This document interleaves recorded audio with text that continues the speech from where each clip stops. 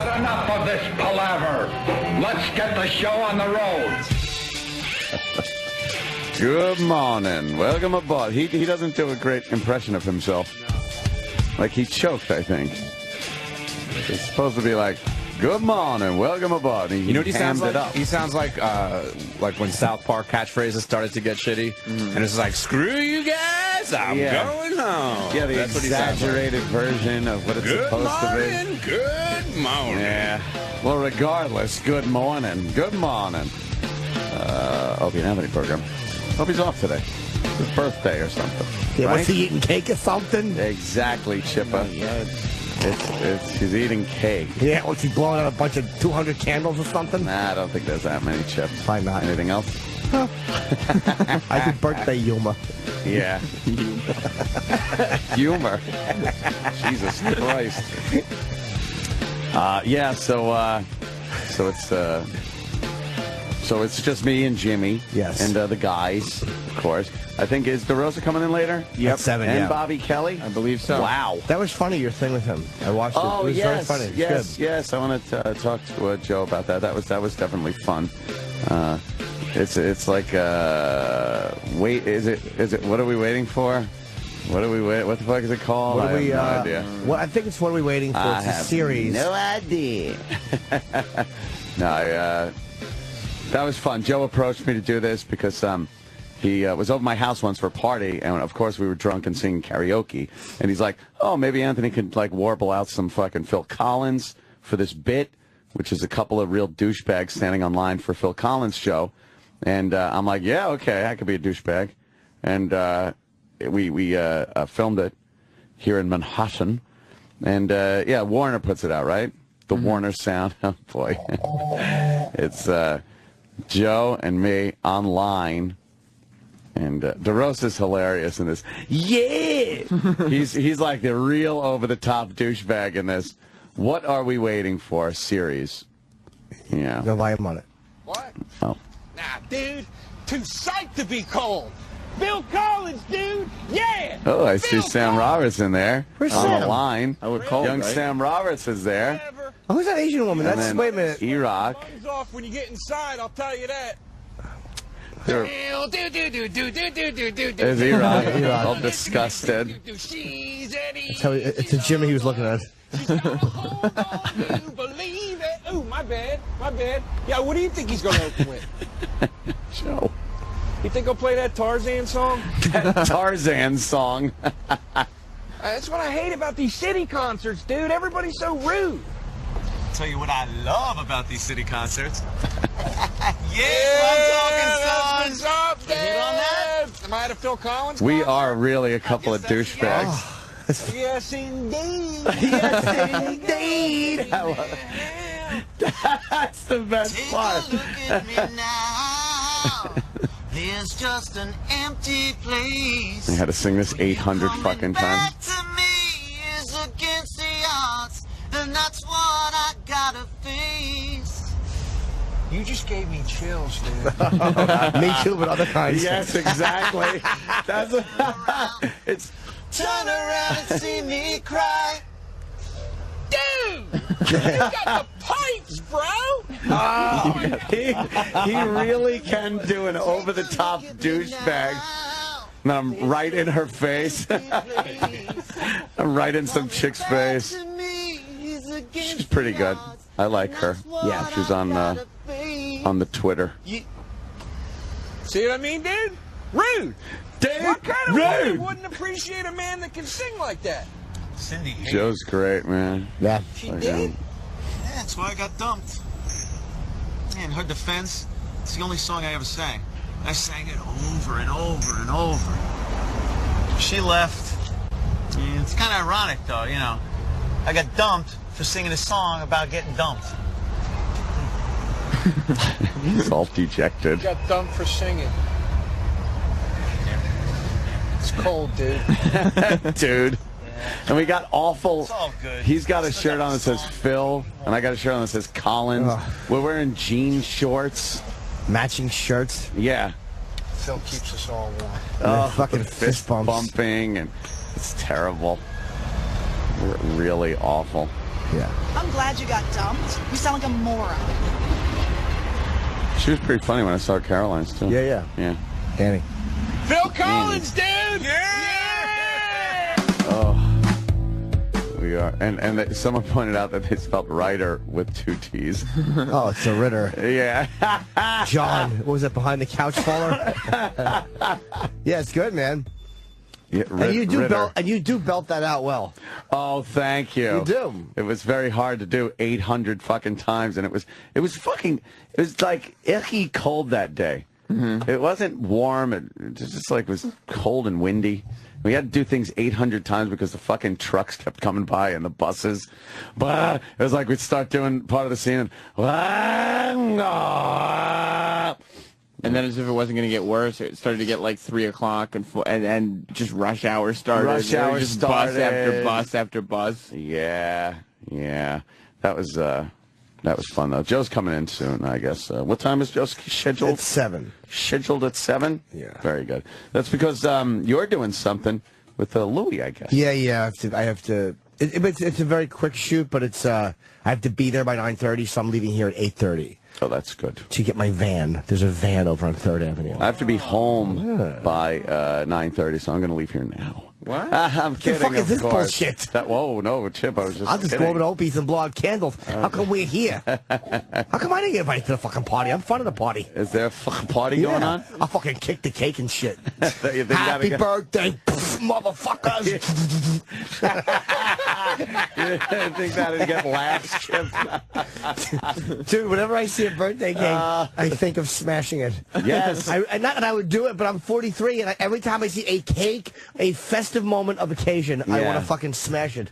And just like ruin everybody would go like, oh, that's not funny. Like, oh. Yeah. Do you play it out in your head, like how embarrassing it would be? Yes. If it happened. I do that all the time. I don't know. I don't do the things, but I think of the most horrible, embarrassing things you could possibly do. Like, it won't happen if I just smash the cake with my fist, hoping for a laugh. And everybody's like, what do you do? You ruined it. Everyone would just be mad. Yeah. Just be angry at you. Bill Burr had a great bit in his act a few years ago about being at a street fair with his girlfriends and having some woman just having these home-baked muffins and how he wanted to just punch the muffins and smash them while he looked at the lady in the eyes. Just smash her dumb muffins. I sometimes get like more of a, I guess, violent fantasy. Sometimes I just want to, if you see old ladies pushing their carts in the supermarket, I really want to punch them in the face, like really hard. And I just look at how easily their fucking little frail jaw would break. Yeah, and then rape them, right? No, Chippa. No, but don't you start to think, like, what would that do to my career? Like, if you punch a lady in the face, you know how much trouble you'd get in? You get in so much trouble. But it's like, you don't do it. You think about it and then play it out. I don't know what that satisfies in a person, to think about it and then play it out. What would happen after you do that? I'll tell you what it does. It separates us from sociopaths who actually go, I want to push that woman in front of a train, and then never play it out and just shove. And you just do it. Yeah, we play it out. Like, everyone has weird urges, but if you don't act on them, that's the difference between us and fucking kooks. I think it's also this thing that, like, you can do it. There's not a wall stopping you from doing these terrible things. It's only your own sanity keeping you from doing it. So I think it's that accessibility to this nasty or horrible thing that makes you think about it and then play it out like, oh boy, you play out the consequences in your head. And even though you never do it in the first place, I think playing out the consequences, I don't know what it does. It's uncomfortable. It is uncomfortable. I don't know why we do that. I always think about that. Like, I always think about pushing people in front of trains and stuff. And think about little things that I would do. Like, think about how dramatically my life would change if in this one second I did that. Right. Like, everything would be different from that point on. I've absolutely thought that, too. It's like that fork in your life's road. I could create a fork here. Yeah, I could make a fork right here and completely change my entire fucking life. Wow, in like a second. Yeah. It would never be the same after this. That's what I always never think. be the same. I guess that's why we do it. I don't know. It's not really a reason, though. Like, what like, if somebody bends down to tie their shoe or something, I go, like, think about how dramatically my life would change if I stomped on the back of their head as hard as I could right now. All right. And it would be so different. Yeah. There's that. There's the violent things, and then there's just the embarrassing things of like. I remember when my sister used to have these recitals. Even as a kid, I would think of that like running up on the stage and just going, and doing like some dumb dance. And of course, my sister would be crying, and my parents would be pissed off. And it was nothing creative or clever or worth doing. It would just be me going, all retarded and shit. And yeah, like, but it would be, I'd play it on my head, and I'd literally feel that embarrassment feeling. I don't know. And then you'd be like, well, I can't. I'm always afraid I'm going to do something like that, and then go, oh my God, I did it. I did it. I can't believe I did it. Yes, that's another thing that comes into play. You think like, oh God, what if I did it and then didn't realize I did it until after I did it? Right. Now I'm out of control. That's the out of control psycho, though. That's the psycho. You hope you never fall over that fucking cliff. Like coming to the realization, like, oh my God, there's consequences now, and they're real. This is actually happening now. I can't undo it. Right. Yeah, those are the dreams that I have all the time, too, is that I am in some bad situation where something has happened, I'm an accomplice to something, and the cops are starting to fucking find out what I did. And I'm like, oh my God, I'm going to prison. This sucks. I don't want to go. And then you wake up and it's like, oh, I'm out of trouble. Yeah, oh, that was easy.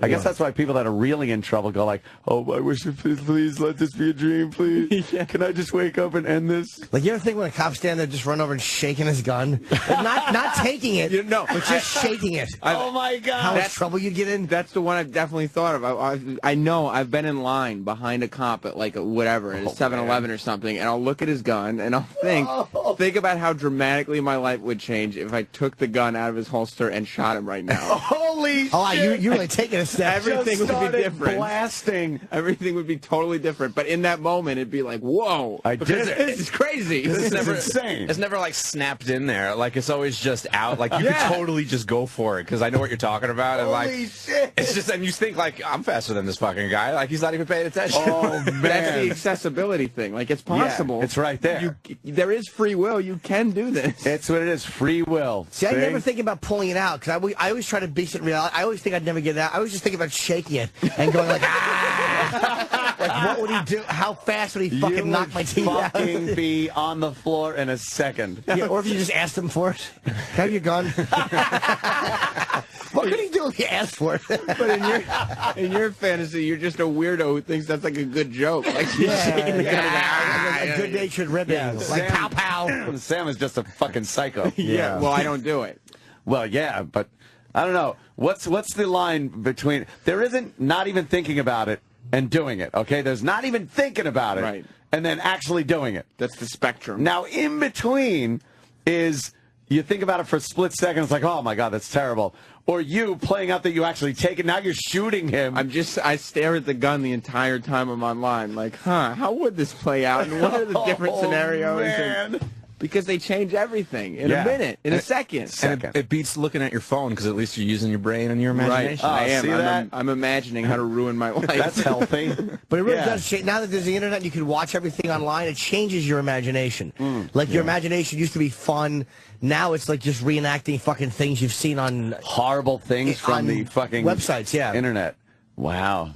Yeah, I never thought of that. You know what I think about sometimes? I was at I was waiting for a plane, and I was waiting at the gate, and it was like a bar nearby, so I had a beer, and they gave me a glass. And I was thinking about how easy it would be, because I had my carry-on luggage, to just finish the drink. Now I have glass. I could just throw that in my bag. No one's ever going to know. Now I have a glass in my bag. Now I take that on the plane. I give it a kick or two, break the glass. Now I have shards of glass on a plane that I could now stab people with and do whatever I want. Yeah, and then I would think about how, well, after that day, no airport ever in the United States would ever serve glassware. Oh, so you could change and everything. I could change the world for the better. Yeah, either that or you just step on the glass and realize you were married to a Jew on the plane. Well, both scenarios would be troublesome. You could change the way people have to live. Yeah, and I mean, and then I would, and then my full name, my 3 names would be in the paper the next day on the front page. So I'd be like, hey, I could be famous for a week and really change things. And then they could have like the Danny Ross restriction. Yeah, exactly. It'll be like my law, Danny's law. Yeah, Danny's law. No glasses in the terminal ever. Even though it wouldn't be as impactful, I think the whole thing would be funnier if it was just you jumping on your sister's recital stage and going, I used to think of that, man. It was just embarrassing. I'd cringe. You were and like, I all the could, people though. would be looking at me like, what is he doing? Is he retarded? But did you look at the aisle like to see, well, if I just ran up the aisle, yeah. And I I'd could see jump on stage. I'd see the stairs going up to the stage and be like, I could just run up there. What was the dance you wanted to do? It was,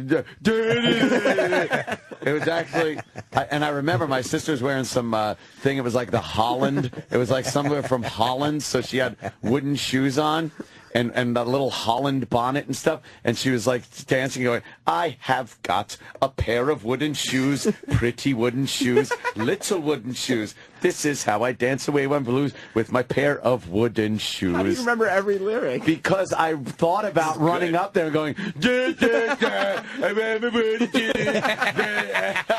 thought about it a lot. And taking everything your sister worked so hard for and practiced for and just making a mockery in front of everyone. It would ruin my sister. She would be like fucking devastated because it's her little fucking solo recital. And my mom would be like, oh, my dad would call me a faggot. So I'm doing this. My wooden shoes. Jesus Christ. Son of a bitch. Look at him up there. Jesus Christ. Look at him up there. Yeah. Ro, what'd you do to him? Oh, shut up, Joey. That's what would happen. Oh, God. Yeah. And the dance is funny because people can't see, but the arms are out. Yeah, because the arms are out by the crucifixion tutu, pose almost. so you got to like, I just look like a buffoon up there. It's like the way that you'd put your arms out if you were trying to describe a fat person. Yes. I just, that would be horrible. Anthony Boy does the wooden shoe dance. The wooden spoils shoes. the recital. I wrecked the dance by doing the wooden shoe dance. You know how great it would be if you had done it and you could tell that story now. Oh, my know. God. You know how great that would have But been? I never knew I was going to be on radio back then, so I just, I thought I'd look silly and not be like, oh, boy. I got a great story. In 1,000 years, I'm going to have a great fucking radio story. How I ruined my sister's recital. The wooden shoes or Doing the wooden shoe dance. That sounds like an awful song in fairness. Oh, it was terrible. And I had to listen to it over and over while she practiced at home. This is how I dance away my blues with my pair of wooden shoes. Fucking good. No. Oh, you're going to rock it up? Yeah, you fucking hot The dance with sick the blues. puppies? Yeah. No, I don't think that would wash. I'll kick your ass at wooden shoes. Yeah. Well, I hope we all keep our sanity and never delve into, grabbing a cop's gun and shooting him or just saying bad things. Yeah. Like saying inappropriate, like saying shitty cunt at a bad time. Like when you're... Oh, yeah. Like when your mother's friends are talking or... Oh, man, yes. You know what I've sometimes thought about? I've thought, even for when I was younger, I thought about how yelling horrible things to my mother right to her face and how much it would hurt her feelings. I've totally thought about it. Just looking at her and be like, shut the fuck up, idiot. And just how hurt she would be by it. Dude, I thought there was one Christmas, I'm over at my grandma's house where every relative is there. Yeah. And they're pretty fucking, Italian. And my grandmother was walking around doing something, and I thought what everyone would do if I just stood up and went, shut up, you fucking cunt. And wouldn't it be funny if you did it and they all just stood and applauded?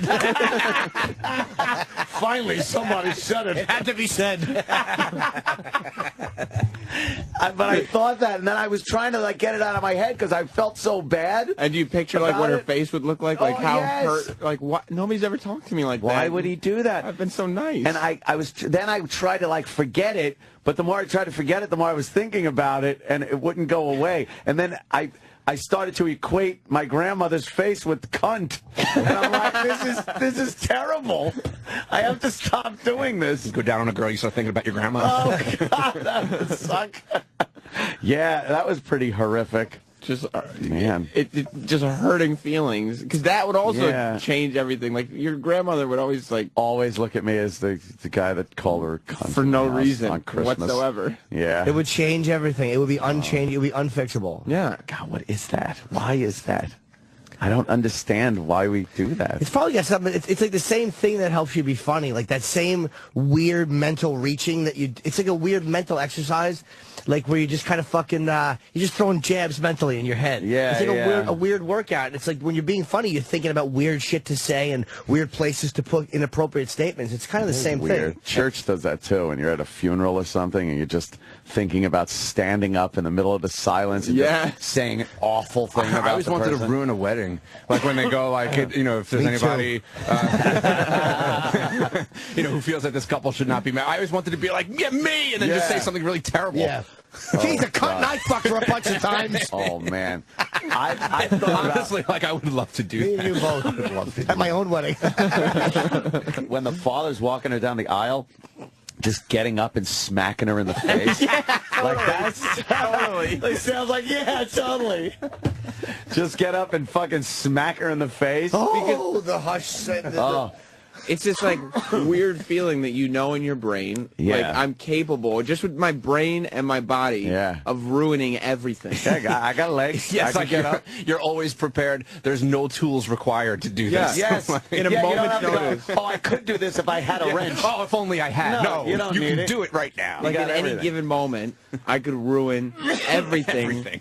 Even for myself, I could ruin my life anytime I want. Ruin your life. Or an email you can send out, or a racist tweet, or a Right. racist text. You could just send somebody something so horrible. Oh, well, Then good. watch, but watching that bar go once you've hit send and how unchangeable that is. Like you said something to your boss or something. Like to your boss, which is the most heinous shit about like his wife or something. Yeah. Oh man, that'd be terrible.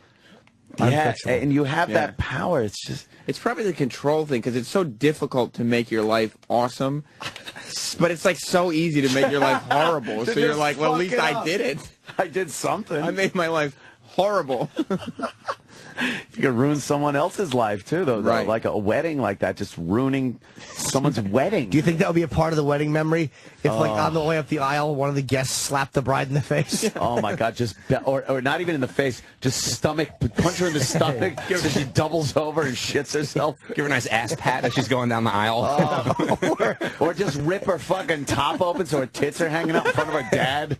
Or don't even touch her as they're walking up the aisle. Just get in the aisle in front of them and go like, do your little research. Here comes the bride. Here comes the bride. Ugh, you fucking pig. Oh man, that would be bad. She's just looking and the at you father's like, "Oh, what are you doing? What are you doing? Shut up, old man. You probably fucked her."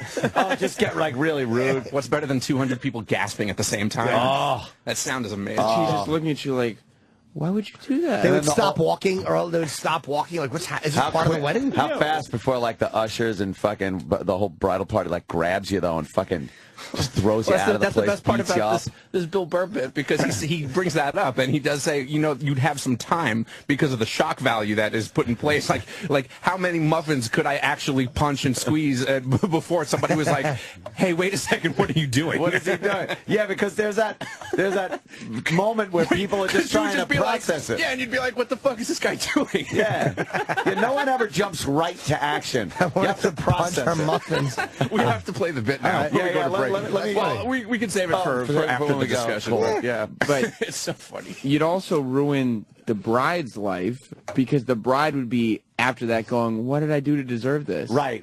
And the her truth whole is- wedding memory is just that. And it was just an act of randomness. She did nothing to deserve it. It was Nothing. just a random Just act. because you could do it, you did it. And fucked her whole fucking memory up of her, the greatest day in It's her kind of life. like Project Mayhem on a more subtle level. Yeah, more But personal. Yeah, but it's definitely along the same lines. It's like, you know what? Let's just fucking blow up a credit building. Let's do that. Yeah. Let's destroy some corporate artwork because we can and it sucks. Or things you could say on a plane, even. Like, I've thought of that too. Like, man, yeah. I could literally have this flight landed and ruin my career, because your career, NBC would never let me on Leno again. I could never do this or You'd that. be the and crazy airplane You would be guy, the yeah. crazy racist on the plane, or the crazy whatever on the plane. You would wreck things. in an unfixable way. Wow, You'll never yeah. go back to normal. Kind of like Fight Club again, to bring it up, but you ever kind of pray that something goes down on the plane? Not really. pray that it goes down, but like if it was going down, you wouldn't be scared. It would be kind of exciting almost. Yeah, because it's part of your fantasy, like to stop whatever's happening. Well, no, not like that, but like if Like the plane a crash? Yeah, kind of like man. like not a lot of people get to experience that. So like if that was going down, would you be just frozen in fear, or would you take the time to just kind of be like, well, I'm gonna just be able to I'm gonna experience it and experience it? Wow, that's fucking You'd be psycho. frozen in fear, for all your instincts would override your desire to go, wow, let me process this fun moment. I wonder if anyone ever did do that fantasy thing they think of, though, and like, I'm just going to grab the first bitch I see and fuck her. like a plane goes down, they find a body, just, guy fucking a chick. There's a penis in a vagina. His severed arm is fingering her. Or, I always think, like, if my flight ever switches, like, if Kenny ever changes my flight, a part of me secretly hopes that the flight I was supposed to be on crashes, just so I can have an amazing story. He'll sacrifice the plane full of people, so it's like, But I do think that Just all so the you could time. tweet about it. Yeah, just like go, I was supposed to be on that flight. People can go, really? Oh, my God. Thank God. I must be meant to be here. they give you positive. Yeah, God intended for me to stay. This does make sense. Somebody here is saying this discussion is called Three Guys That Aren't Married and Have No Kids. Yeah. I guess you think differently. But do you think differently like that? I don't know, because I think the same thing. I mean, maybe, but when I see little kids, I think, like, imagine how hard I could kick that kid, and imagine the damage it would do to me in my life. Yeah. That's another thing, too. You could just grab a kid and smash him onto the ground. Right. And, Like, the parent wouldn't have time to stop you're you. fucked. Yeah, you're pretty Pick fucked the kid up and throw him on the floor. Yeah, the uncles grab you. Make you leave the party. Do they, Uncle Paul? What happens there? They call the police. You're all black and blue. The only thing I could think of that would change by having a kid was now I could just direct these fantasies towards the kid and be like, I could fucking punch this kid in the face. Like your kid's screaming and crying and you just don't want to deal with it. And you would probably just fantasize about pouring boiling hot water onto the kid's stomach or whatever. I think that's the only thing that would change. Like, you'd still have those thoughts. As we're talking, I looked at this headline. Washington man accused of hitting noisy kid at theater charged. Oh, fucking the guy was with his girlfriend or whatever watching Titanic 3D, and he punched a 10-year-old in the face for being noisy. Yeah, hard enough to loosen up a tooth. Loosen a tooth. probably gone It's anyway. gone. The tooth. He punched him in the face. Like, we've all thought of that. Yeah. But he said he just got so mad and just did it. Like, What a wow. pussy, though. A 10-year-old? Come on. Yeah, of course. Wait till some fucking adults are on their phones. Yeah, and then try punching them in the face. It's That so ain't hard gonna to. happen. It's really hard for me to restrain myself in the theater these days. The older I get, I just don't care. Go. I just don't fucking go because of that. And it's because of all the shitty experiences I've had in movie theaters. It's too stressful to sit down in a seat, find a good seat, and then sit down, and then someone's got to go and get some candy, and I got to save the seat. That's stressful. And then you got to hope somebody doesn't sit in front of you that's too big, or behind you that's yapping.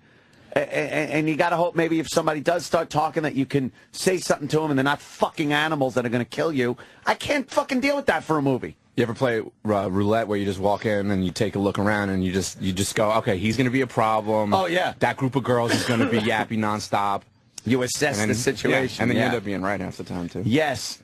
I can't take it, though. It's literally, it's too much pressure. I'm not even kidding. It's too much stress. I go in, I sit down, and all I'm doing is thinking how the experience is going to get fucked up by somebody. And now there's you have a glowing screen in front of you the whole time because the person who's sitting in front of you is just on Facebook on their phone for the entire movie. Yeah, they think because it's not ringing or they're not talking that they're not interrupting things. But yeah, the light that shines off of the fucking phone at a movie theater sucks. I would like to take this time to praise the Alamo Drafthouse for their theater policies. Their theater experience? If you're on your phone, you're fucking out. If you take your phone out and start texting, you're fucking out. No questions. Oh, really? You have one chance to fucking behave, and if you don't, you're out. They don't put up with that shit. Yeah, fuck off. Jack White wasn't letting people take even cell phone pictures. He said just why, one of his roadies comes out before the show and says, just He says, we're going to post pictures of the concert on the website that you can all download, so just enjoy it with your eyes. And what's his take on that? Is it a thing where he doesn't want pictures of him out there, or is it a thing like,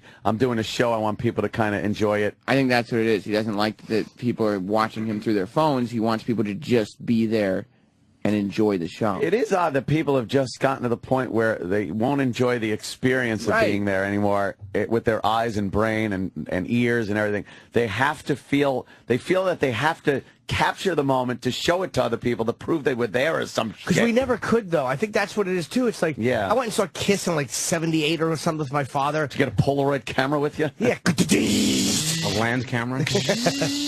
But it's like you always have to go by your childhood memories. I have no photos of stuff like that. Yeah. So it's like now that I can, I do. But it is a weird obsession with capturing the moment. I think you're giving up something though by doing that. You're getting a moment on your camera, but you're kind of missing out on watching it and just enjoying it. Yeah. Yeah, it devalues any memory. Like the actual memory itself it's worthless without a photo. Yeah, and if you do see something good, you're pissed because you missed it with your camera. Yeah. You're like, oh, fuck, I should have gotten a picture of that. It's like, really? Why? Carlin had a funny bit about that. He goes, the obsession with documenting everything. And he's like, people's lives that empty that they have to just watch themselves or relive shit that they've already done, like watch themselves live stuff they've already done. Yeah. About videotaping everything, I think he was talking about.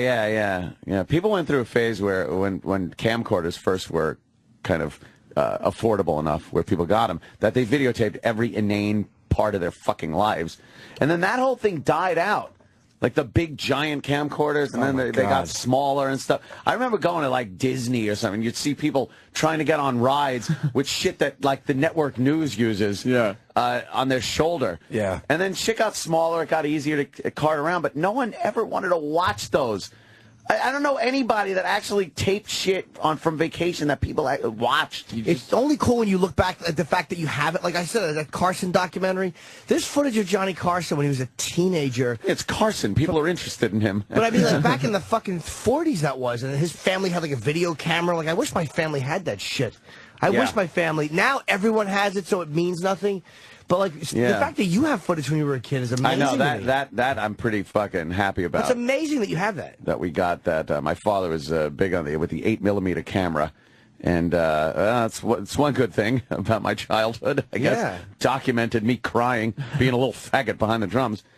And then I guess now everybody's got phones with video and pictures, and you can just put it up on Facebook. Like someone's complaining here, and it's true. Like, who gives a fuck what you ate? Like people will tweet. Yeah, Big A. And Facebook shit they eat. Yeah. Big A's one for that. Also, what's her name? Lily. Yeah. Lily fucking is constantly tweeting. Remember from Run Fez? Oh, yeah. Yeah. She's constantly tweeting her food. Does she? Yes. Why? It's not interesting. No. I used to follow Big A, but I still will check him out. But I stopped because it was all fucking food stuff. It's not an interesting thing. Nobody cares about your egg whites. There's literally everybody who's on Twitter eats food. I don't get everyone. It's not a unique thing. I don't believe you. Literally, 100% of the people 100% are eating something. It's almost always people, and it's not to knock Lily or Andrew, but it's usually people who aren't in a quote-unquote creative field, so they don't get to express themselves. It's almost like they take a picture of something and go, look what I did. Look. Here. Lunch.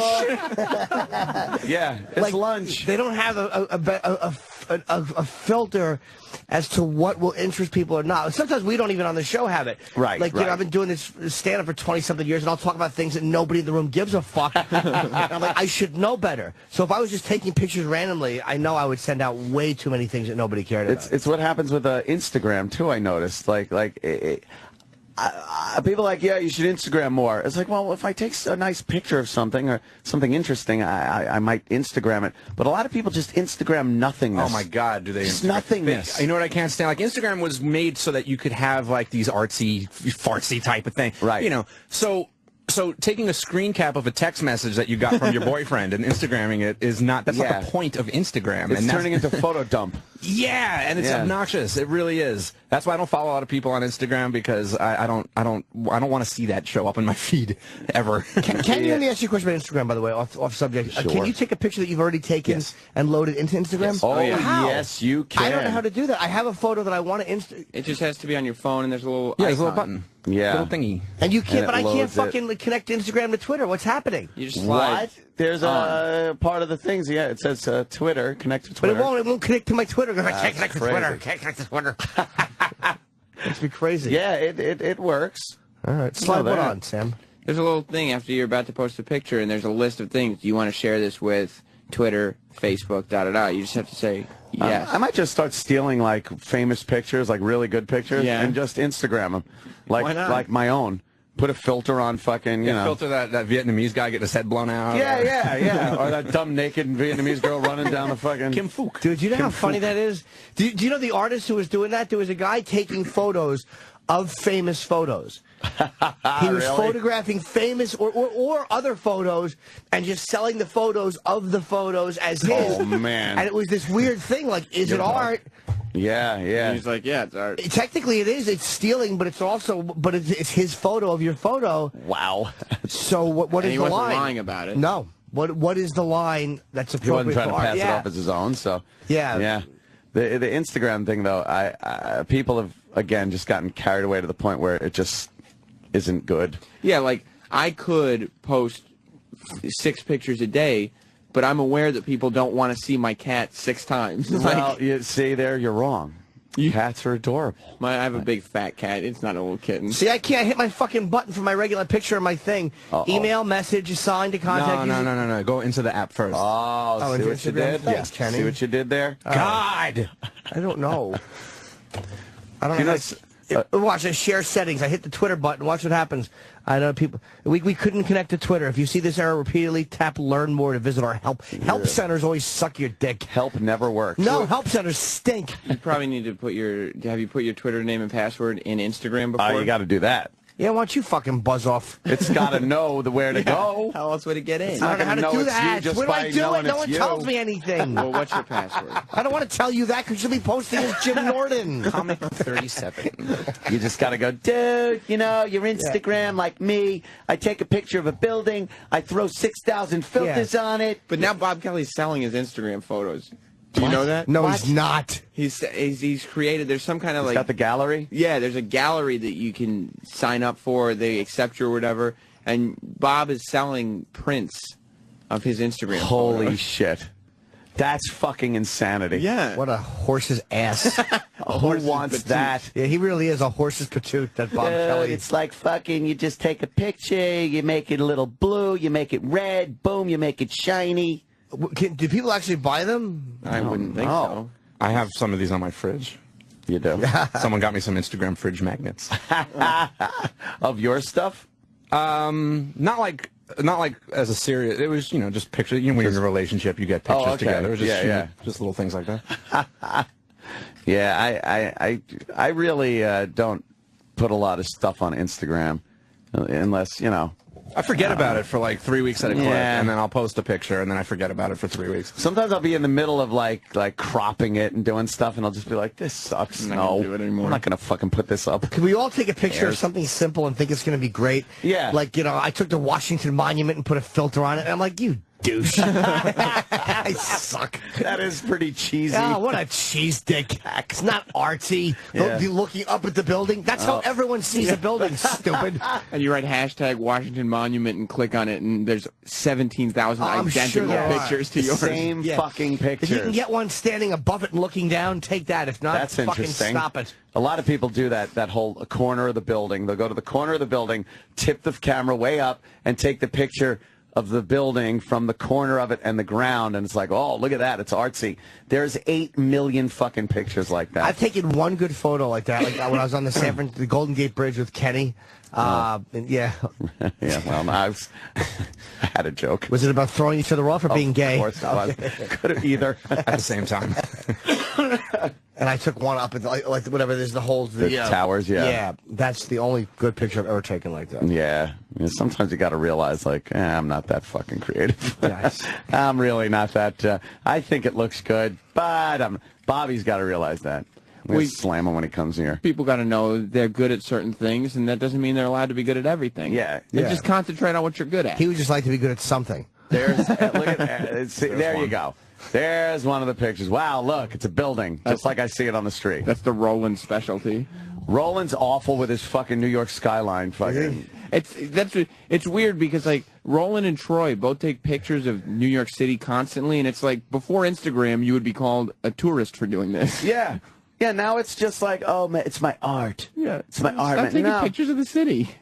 Yeah, any New Yorker that walked around taking pictures of the city was like a douche. Right. You're like, what are you doing? Or a mark. I see people taking photos. I see people taking photos in the subway, and I'm just like, I wonder how much money's in their wallet. Like, yeah, that's like the first thing in my head. Like, just going to bring it full circle. I do fantasize about robbing idiot tourists in the city all the fucking time. Yeah. Yes, because it would be the easiest thing. Yeah. They're walking around with a subway map, pointing at things. It's like, holy fuck. Cameras around their neck. neck. If this was 1987, you would already have something sharp inside of you. Yeah. Asians are really, they like the cameras, a lot of cameras around the necks. Yeah. I was walking through Times Square the other day, and I noticed, like, at every corner, there was a group of Asians with full-size cameras, not little phone cameras, just snapping pictures of everything in Times Square. It's like that stereotype just seems to really kind of stick. Yeah. But all I was thinking also was, wow, what a mark. You know, I hope they stick to the Times Square area and don't delve off the beaten path. They don't karate too far. and stuff, though. I don't fuck with them. Well, that's true too. I mean, look, I'm thinking about it. So imagine the people that would actually take action. Do it. Robbers are thinking about it too, and then some. So just keep that in mind. Yeah. Have you ever seen a crime on the subway? Have you ever actually seen one go down? One time I was in the subway though, and there was these 3 black guys in the back. And one guy was just counting huge amounts of cash, like hundreds and hundreds and hundreds of dollars in cash.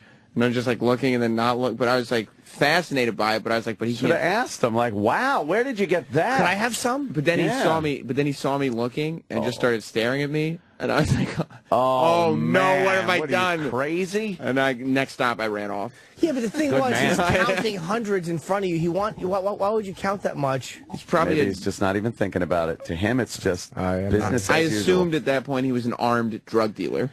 Could be a good assumption right there. I think. Did he stare at you a long time? Yes. Like, he just stared at me like, keep looking. And I stopped immediately looking. I looked down at the floor as if I had never, ever looked in that direction. He was going to get some more money. Ran off at the next stop. Yeah. Constantly looking behind me. I would think, like, with all of us, and you know, guys take the subway a lot and shit for over the course of a few years, you'd think you would have seen something if it's that dangerous. Yeah. You know? I don't know. I don't know anybody that's actually, except for that guy that fucking, you know, stabbed in the head. Subway hero. I mean, when I was a kid, I remember seeing not like anything really intense, but like attempted robberies. I would say. Really? Yeah, like, you know, some group of kids comes on, and maybe like your group is the only group in the train car, and the other group goes, you know, easy kids to pick on or whatever. But you know, then so they'll try to rustle you up or whatever. But boy. You know, something like that. But that's probably about it, though. And I've never been alone on a fucking subway. Really? You haven't? No. I've gotten blown on a subway. Really? You have? What was his name? It was a long time ago, actually. But yeah, I got blown for a few stops on the 7 train until someone came in. See, somebody has to ruin it for you. Yeah, bastards. I've been on the subway alone a lot, just going home from work here or whatever. Have you ever felt like, something's going to go down? No, there was one time I was on the subway, and I was sitting there, and I think about this moment a lot because it was one of these defining moments. There's a black guy sitting across from me. It always starts that way. Always. That's how every great story starts. And I'm sitting on my... Especially with John Travolta. No. Wow, who knew we wanted to blow CeeLo? See that photo of the guy? Yes. I'm sitting on the subway kind of leaning on my knees, and I had sunglasses on. And there was a black guy sitting across from me. I think he thought like I was eyeballing him. Because like when you have sunglasses, it's really hard to tell sometimes if somebody's staring at you. Yeah. Like, and I was like looking up and looking around, but just kind of sitting there with my glasses on. But he had sunglasses on. And then he looked across at me, and he took his sunglasses and put them down over the bridge of his nose and just looked at me over his glasses. Oh, shit. Like, and I know he kind of thought I was probably doing something I really wasn't doing. But it was one of those defining moments. And I've always thought, like, you pussy, you should have Yeah, you should have done exactly what you did. Nothing. I didn't, but I really wasn't. And I'm like, why would I think that? Like, why do I think I should have done something when he was wrong, misread something? Yeah. And he could have just been some guy on his way home from doing 4 years in fucking jail. I'm going to eyeball him on my way home from Sirius XM. Like, what a dummy I am. Yeah. We have these stupid things as guys where you think you should have. And that could have been one of those moments where I did eyeball him for no reason, just because I think I'm supposed to now that he has, and all of a sudden I get slashed or I get my fucking teeth knocked out. I'm really glad I didn't. So you didn't do the staring contest? You looked away? Looked away because literally I knew that he must have loved that you looked away. Faggy. I don't even know. Like pussy motherfucker. I don't even know if it was that kind of thing. Like, I don't even know if he gave a shit that I looked away. Why would he fucking... I don't even know. Pardon me, are you Jim Norton? No. But I mean, I don't even know if for him it was like, yeah, I punked him, or if it was just. It seems so matter of fact that he thought I was staring, so he pulled his things down like what? I bet that's a sport for intimidating-looking black gentlemen. Maybe. To just see how many white people they can make just look away and look fearful. Yeah, they probably can't fight at all. They're just like, I'll bet. Yeah, just watch this, man. I'm just going to look at him. Yeah, look, he looked away. It is a weird thing to when you eyeball somebody, they eyeball you. Like, what is the protocol? Because, like, you don't want to look away, but then all of a sudden you're staring at each other. And it's like, in all animals, like, chimps hate it, human beings hate it. I'm sure, like, dogs don't like... There's something about eye contact which fucking says aggression. Yeah, there is some kind of a threat there. It's some kind of a primal fucking threatening thing. And the person that looks away, I think, is the submissive one. I would have in the pairing. I would have smiled at him and nodded as if he meant to say hello, and then looked right at the floor. And that would have been it for the rest of the train. Sometimes if you do that, like if you nod at somebody, they nod back at you. Yeah. I don't know the situation you're describing. I don't think you'd have gotten a nod. Probably not. Why would he look at you over his glasses? Because again, with the way it was with my sunglasses, I think he thought I was staring at him. So what? But he was just like, oh, but it's the same thing. It's almost like, yeah, but if he thought I was staring at him, he was like, okay, like what? Like, what are you staring at me for? I don't remember. It was such a weird moment that I hadn't. It's a very aggressive thing going on there. Yeah, it was, but I don't know if it was an aggression or if it was a reaction to what he thought I was doing that was aggressive. You never know on the train. You fucking never. You just should not do anything. Right. When you leave, you kind of feel like a pussy for not doing anything, but at least you're leaving. You know, because like you said, you don't know. Because you get those lunatics with fucking knives that just jump up and start stabbing someone in the throat. Yeah. Like, oh, great. I should have fucking not looked at him.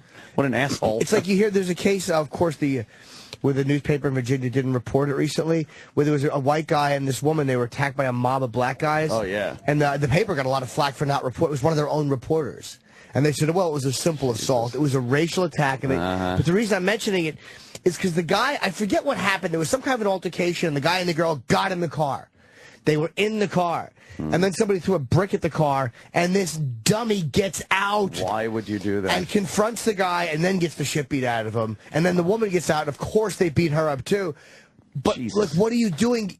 And that's one of those moments where the guy bricked his car, and he had the ego of going, well, I can't just in front of her leave with my car bricked. It's like, you should have just drove away, stupid. Yes, you can. That's one of those moments where, dude, you got to just go. Getting out of the car isn't going to take the dent out of your fucking car. No. Put a new one in your fucking head. What do you think he's going to do, and trade insurance papers with you? Yeah, excuse me. You just threw a brick through your window. Yeah. Could you show me your insurance cards, please? Yeah, that ain't going to happen. I don't know. It's there was that other. You hear about that other racial incident where the woman was online at a drive-through McDonald's? Yes. Oh yeah. Holy shit. That I did read that where they threw the one guy. I don't know if that was a racial, or if it's just a fight where something racist was yelled. Because I think the woman, it was a black guy and a black woman, and a white woman was in her car. Yeah. Something had happened between them, and then the fucking. Oh, the black woman littered, or the black guy littered. Yeah. So then fucking white girl spoke up. She goes, that's not cool. And then the black girl got out of the car and started biting her hands. She left teeth marks in the woman's hands and punching her face. I know. It's fucking ludicrous. And then the guy joined in And then Did he hit her or just throw his soda at her? He said fucking white bitch. White bitch, right? And then threw grape soda at her. He had the quote of the century. Yeah, that is a great quote. Yeah, it was really funny, and it made me laugh. And I actually, when I was sending this to you guys as prep last night, I changed, because the headline is McDonald's vandalized, blah, blah, blah. To me, that was not the story. The story was what he had said. Yeah. Now I'm going to have to find it in the goddamn thing. By the way, Drudge Report is great. They're the only ones who are reporting these incidents as what they are. Black on white racial... Oh, is the quote not even in here? Racial problems. But that one, I don't know if it was or not, if that was just a fight where somebody... Because I don't think the guy hit her. I think the guy just threw soda at her. Yeah, but you know what? But why bring up the race of the... Yeah, let's put it the other way around. The second you mention race, it becomes some kind of a hate crime. Yeah, that's to me. They do it that way, but I don't know if that makes it a hate crime just because they handle it that way. Well, it actually does, because I think in the case of, what's his name? Fat fucking... Bobby? No. Jesus. Oh, God. Fat Nick? Yeah. Yeah. I think in that case, it would have just been an assault, but he threw out his racial epithets, and that's what made it a racial hate crime. Right. Here's the quote. He said, "This is for you, you white bitch. This is grape soda." Yeah, and he threw it at her. Grape but I'm soda. saying, because they handle it like that, does that, like, I'm saying in a perfect world, if you're arguing with somebody, you say the most horrible shit. Like, if that was say it was a fat lady who said it, and they were all, and you fat bitch, take this, you yell the worst thing. Yeah, but, okay, then, but you yell the worst thing, but then if you yell the worst thing at a black person, it's a hate crime. Sure. There's that extra added fucking shit on that. Who is that hot fucking chick in the mugshot? I agree with you. I don't know if that makes it a hate crime just because they call it one. Are these just fucking... Yeah, it's just like, you know, lovely. hot chick fucking mugshot. Wow, yeah. I thought that was the chick that got assaulted. They certainly know how to keep you on the page. That is funny. White bitch, here's some grapes. A grape soda is like, oh, really? You're going to throw Cheetos at her, too? This is for you, you white bitch. This is a grape soda. Yeah. All right. Thank you, sir. Quote. Thank you, sir. That is just savage behavior. Biting really someone's hand because they fucking called you out on throwing litter. There's just this air of fucking violence that's going on this day and age that no one really wants to acknowledge. I mean, really, God, it's there's so many stories, but the mainstream media covers it up. Like you said, at least Drudge is fucking acknowledging them. I've seen quite a few over the past couple of years. And this sounds like something that was, I mean, when you're biting someone's fingers, I mean, there's some kind of premeditation there. I mean, it's not like everybody was just laughing and having a good time when they were ordering, and then somewhere between then and her littering, there was this I'm gonna bite your fingers off anger that exploded. Yeah, I kind of think it was just like you were saying about the tension and something in the air. I think some people they cannot wait for something to go down. Something to happen. So while it's not premeditated, all of this behavior was ready to go. The spring is wound. And it just needed that one thing, because I'm sure these people driving around couldn't wait for a white person to get up in their face about something. Yeah, that's why it's good when you look down on the subway, because again, you never want to be talking to the guy who really is waiting for something to go down waiting eagerly. for something to happen. Yeah. Oh man. Like, I don't know how good of a... Steve. What's that? Dr. Steve. Oh, he texts me during the show. Yeah, me too. I don't mind it at all. No, I don't either. He's a good egg. He is a good egg. That would have his license revoked, I'm sure. No. Dr. Steve's a good egg. Yeah, he's a good doctor too. I've been having the apnea nonsense. How's that going? It's okay, but the doctor's office who I've been dealing with is so bad. Like, they're fucking terrible, man. They made me wait 4 days for something that they forgot to call in, and then I ordered these apnea masks, and that's a prescription. So I gave them my doctor's number and said, call them, they'll fax you my prescription, you can mail me the apnea mask. 4 days later, the doctor had never responded. It's just, I'm sure I'm sure a qualified doctor, but it's the worst experience I've ever had with medical. The fucking medical profession, like Dr. Steve is a guy who's great. Yeah. He really does care about you. But most of them are just shit. They're fucking shit. Just get their fucking, get their cash from the insurance companies. Yeah. They just refer you somewhere else so they could just get some cash. I haven't had a regular doctor, I think, forever. And especially like during my adult life, I cannot find a doctor because everyone I go to, they just treat you like cattle. Yep. Yeah. And like you just go in, like they don't give a fuck about you. They don't ask you any questions. Just get in, get out. and file your. It's not the old days. Where they come over your house with the little black bag. I mean, like, I don't know what questions to ask. Like, I don't fucking know. Like, so if you're not helping me, I'm not knowing the questions to ask you when I go to the doctor. So be a doctor and fucking ask me questions. Aren't you getting paid a lot of money? Not like I'm paying you out of my pocket, but I pay my insurance every month. I'd like a little more than a fucking touch my balls and talk to me for like 35 seconds. It would be nice. I mean, I don't see how you assess somebody's health. When the last time you've been to the doctor was 12 months ago, and they just take a look at your ball sack and go, "Oh, you quit smoking. That's good." Yeah. Okay. I guess you got to go in for that full physical. And I never have. And I need that, I guess. Then they probably, ask you a few more questions. Or you got to get a better doctor. Yeah, and then even the blood work, too, because I hadn't had blood work done in a while, so I sent out for blood work, and then you call them, and they just go, yeah, you're all good. Oh. Okay, thanks, but what about it? Like, is there anything I should be avoiding? Is there something that's borderline? How about you give me some fucking information? That's true, yeah. What is my cholesterol? Yeah, just, no one gives a fuck. They just want to move on to the next phone call because there's a ton of them to make. Yeah. I love when I get a call like that. Hey, you're all good. That's all I need to know. That's it. Hang up quick. That's all I need to know. You're all good, except for click. Wait a minute. What was he saying? You never want bad news. No. Fuck no, man. Oh, that'd be awful. Should we break?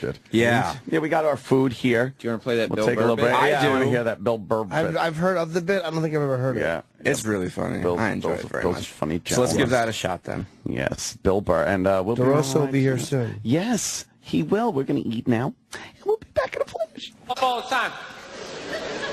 I do. My girl took me to a street fair recently, right? They close off the block. There's like shawarma. There's like stuff made out of buttons, right?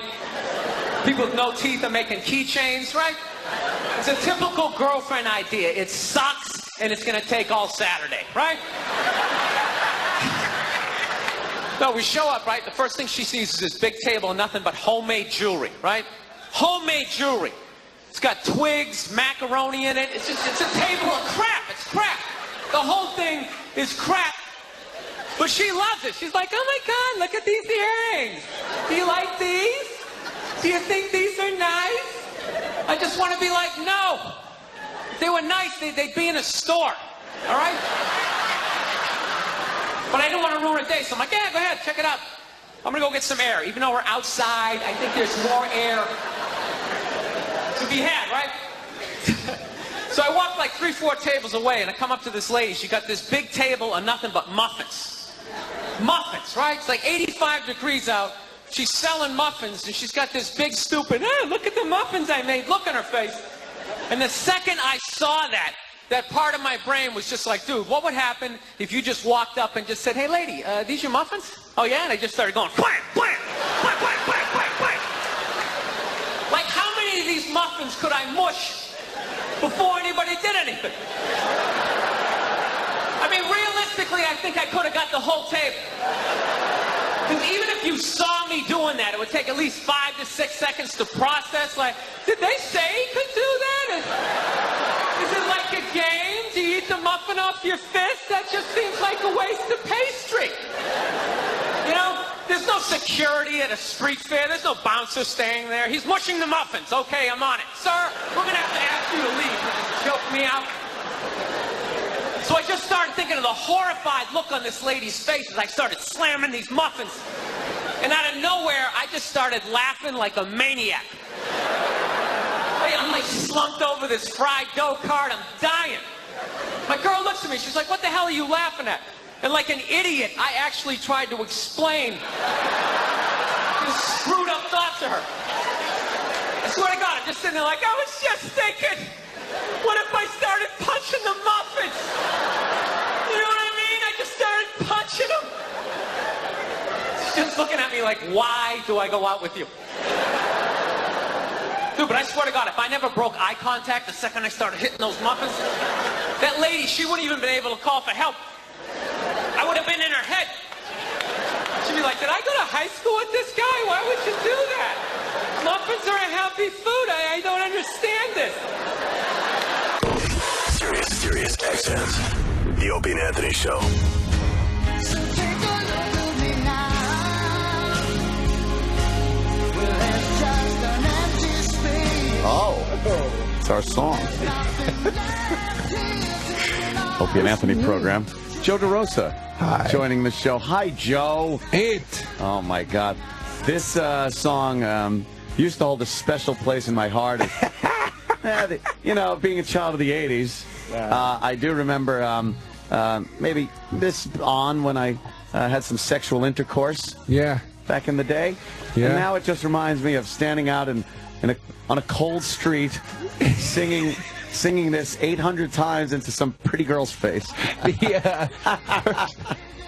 First of all, before the explanation of what that means, yes, my memories of this song were when I was 6, going to see my grandfather as he was sick in the hospital. Oh, God. And laying in the backseat of the car because it was nighttime, and this and Hello by Lionel Richie would always come on. So I'm not a fan of either song. Another one of my favorites, like singing karaoke. Yeah, but you sang this like a champ. We did a video together. That was great. And you sang this like a champion. Thank you, sir. It's getting raves. Your video. It's why don't you tell the people about it, Joe? Well, folks, I did a video. I was going to try to sneak the plug in, but fuck it. Blatant. Let's put it out there on a platter. I signed a web series deal with Warner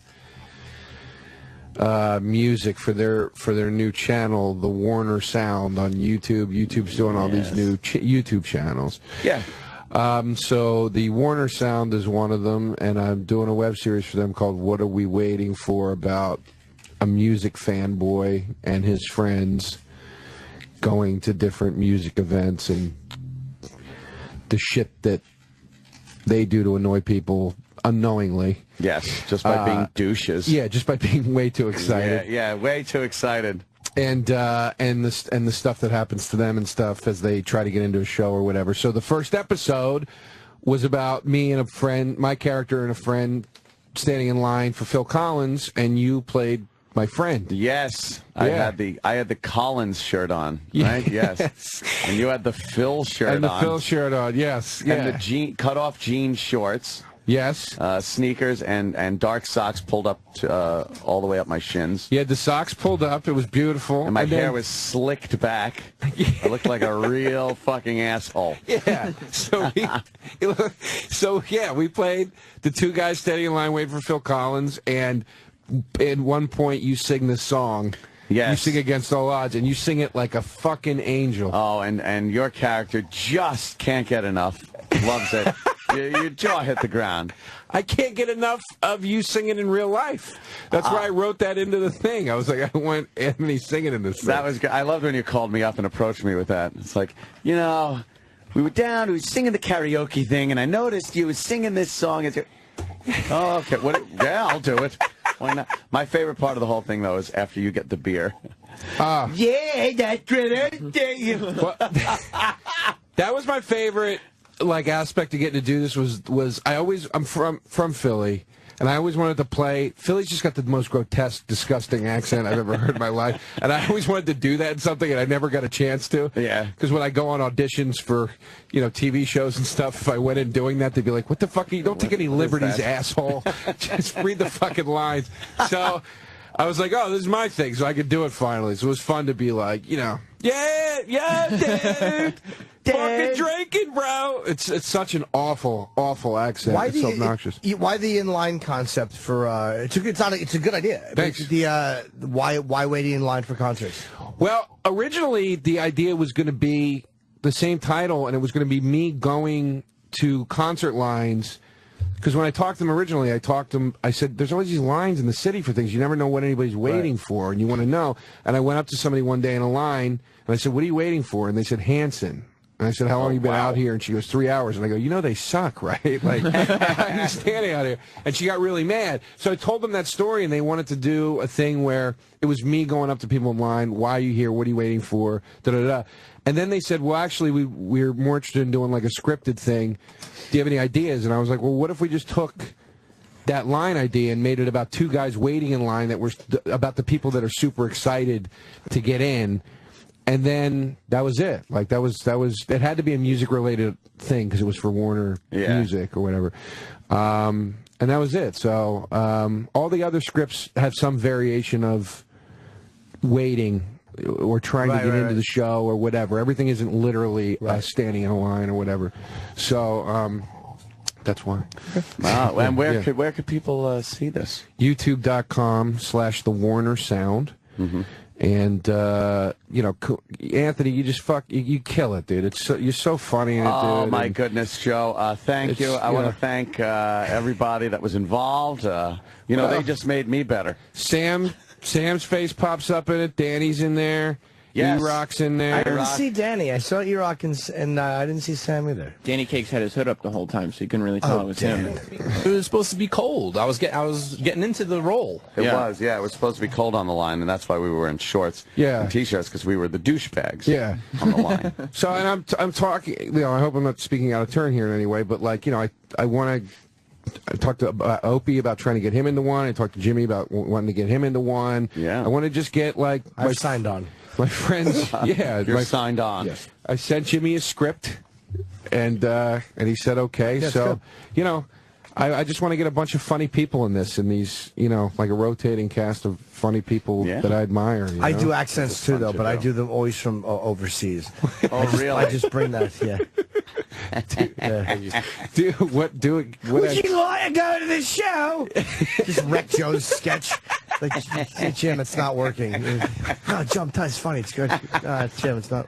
The comments on YouTube. I'm actually going over to Warner. Oh my God.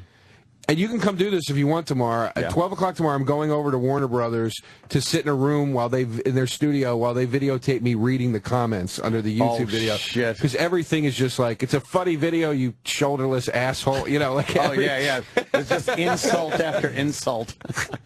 One said, who's Joe's dad standing next to him? It's all shoulder insults. Oh, yeah. It was fucking. Some of them were so funny, and then all the Facebook comments were really nice. But one guy wrote, "What a lump of shit! This thing was fucking terrible, really." Oh, and thanks. I wrote to him. I was like, "Why would you write that?" Oh my God! Why would you write back? I go, "That's so mean. Why would Joe, why did you write back?" Because he's a guy that I've interacted with on Facebook before, and I've always believed he's written me stuff, and I've always been nice. So I wrote to him. I go, "Why would you write a hateful thing like that?" I don't understand. Why would you do that? And he sent me this fucking huge letter. Of I'm not going to suck your ass cheeks like everybody else does. Wow. If I see a lump of shit, I call it. You put it out there, buddy. Whoa. So take the criticism. It was so harsh. And I hope you just unfriended him or blocked him. I got. Fuck them. You shouldn't know. A criticism. If he would have written, I don't think this was Joe's best thing. Where I've seen things I like better. There's a way to do that without being a cunt. If the guy's being a cunt to you, you absolutely should be a cunt back. You know what happened? And I told Keith Robinson this story last night, and he trashed me up and down the fucking cellar. Thank you for leaving, by the way, because as soon as you left, that trashing went right onto me. I was getting a beating. Why are you getting a beating? Big one. Yeah. I was getting a beating. Oh, shit. It's getting trashed. You left, and it was just oh, Jimmy's gone. Oh, they all went right to you. That's fucking hilarious. I told him the story. What do you think about this, honestly? I told him the story, and he goes, "What'd you do?"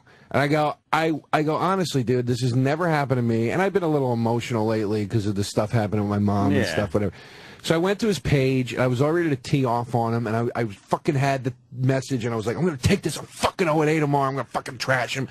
And I was so mad, and I started looking at his pictures, and it was just him alone in every picture. And I started to feel sad. And I was like, this guy's just fuck him. Fuck good. him. Fuck good. He's alone. Fuck that cocksucker. That's alone. why. It's not sad. That's why he's alone, because he's a fucking jerk off. Prick. It's not sad that he's alone. If he would have said, hey, man, that was I shouldn't have said that. His criticism is fair. If he didn't like something, okay. Sure. But he was a scumbag, being nice to you in 1 minute and then just being a jerk off. There's a way to criticize something and not be a cocksucker. Or how about he goes, oh, that's a lump of shit, as opposed to my stuff, which I will post links to here. And now watch what a good video looks like. And then he's got a bunch of great stuff. Some of these scumbags you can't be nice to. There was one guy, right, was sending me these weird tweets, whatever, so I blocked him. And it turns out he was on medication. I think we had nasty email exchanges. And I'm nasty to these fucking cocksuckers. AZT. And I hope. but then we were nice to each other or whatever. He's like, dude, I'm sorry, I was on this medication, blah, blah, blah. So I unblocked him on Twitter. And then this fucking scumbag starts sending me nasty emails again. And it's like, my God. It's like little baby is probably on his medication again. And it's like, why would I have been nice to that jerk off? Yeah. But I knew he was a jerk off. But I showed niceness because, like, I had a guy say, sorry, he was on medication. I never should have fucking looked at him as anything but a jerk off. That's why I have one fucking sentence, and it's permanent fucking block, unfollow, ban, things like that. That's it. I don't have you're sentenced to, 2 weeks without being able to read the genius that is me. I just, once you're done, you're done. I'll unblock. And if you go to a friend and have them fucking get in touch with me and say, why'd you block him? He would like you to unblock. Then that guy gets blocked, too. That is the wonderful thing about Twitter, Twitter particularly, that you could have, like, fucking Frank Sinatra, like, resolve and, like, just cutting people. You're fucking dead to me. Who did you? You looked at my girl. Change the locks. He's never allowed to me. Like, I love that aspect of it. And, that's why I wanted to get your temperature, both of your temperatures on this, because I was like, I've been a little fucking emotional. I've been a little soft lately. That guy's a cocksucker, dude. He's a cocksucker who sorry to interrupt you, but who thinks that he's just telling it like it is. Yeah. But he's being a jerk off. He's not just telling, I'm not going to suck your ass. That's a little fucking lonely zero of a man who thinks that he's just telling it like it is. When he's being a cunt, you should block him.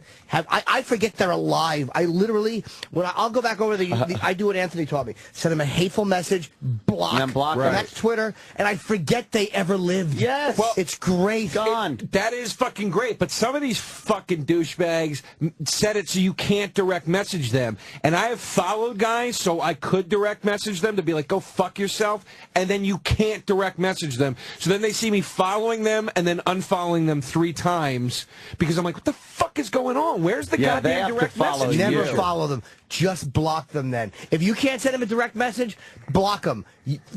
You'll never think of them again. I forget they lived. Yeah. I love it. I love knowing that they're going to have to listen to this show or whatever it is I'm doing, and I wouldn't, if they commit suicide, I'll never hear about it. You'll never know. You'll never know if they write anything about you. It doesn't matter. It doesn't fucking matter. It really is the classic heckler response. Yes. Hey, I don't come down to where you work and knock the dick out of your mouth or whatever, that really is true. There's a reason why that's the most famous heckler response ever. And it's what you guys were, I think, Anthony, you said, it'd be different if you said, well, here's my stuff. Yeah. And whatever. But I'm really getting tired of, like, some guy talking to me like he's Roger Ebert, except he says cunt. You know what I mean? Yeah. And then I go to his page, and it's like, what do you do besides fish? You know what I mean? Go fuck yourself. Like, I wouldn't go, hey, here's how you fucking tie a line off, you fucking asshole, you dumb cunt fisherman. You don't know what the fuck you're doing. It's like, I don't know anything about that, so I wouldn't talk about it. But there's this persona, this entitled shit where if you speak freely on radio or podcast or on stage even, it's, hey, buddy, tough shit, man. You know what I mean? You put yourself out there. Yeah, it really annoys me. There's a part of that, though, where we do open ourselves for criticism because it's almost like I'll take certain criticism because I don't get mad if they send me adulation. Like, I've never had a guy send me an email where he's gone, hey, I like your stuff, or I've written back and go, who cares about your opinion? It's only when they're... And the reason the anonymity annoys me... Fuck you. ...is because they would say nice things to your face. Most of them wouldn't say the negative things to your face. That's why that annoys me. Yep. But it's when they criticize like scumbags. I've gotten criticism that I thought was fair. Yeah. That I was like, you know what? He didn't like something I did. I never liked that, but I get it. But it's when they're jerk-offs like that guy. Can we go to Joe's page so we can see this cunt? A lot of times, too, I don't even, I won't comment to somebody and then block them. I'll just block them. Yeah. Like, sometimes they're not even worth a comment. It's like, well, you guys got, and I love the accounts where somebody's trying to bash me. They have no followers. Hey, Bobby. They have no followers. They have one tweet, which is the one directed toward me. Yeah. It's like they made the account because I had blocked them already, and they wanted to get me back. Danny, let me sign in to my thing, and I'll read the response letter. Oh. Yeah, but the guy is a jerk, especially if you wrote to him and said, why would you write that? The guy's just being a jerk off. But he's probably like this asshole that I dealt with who's on medication.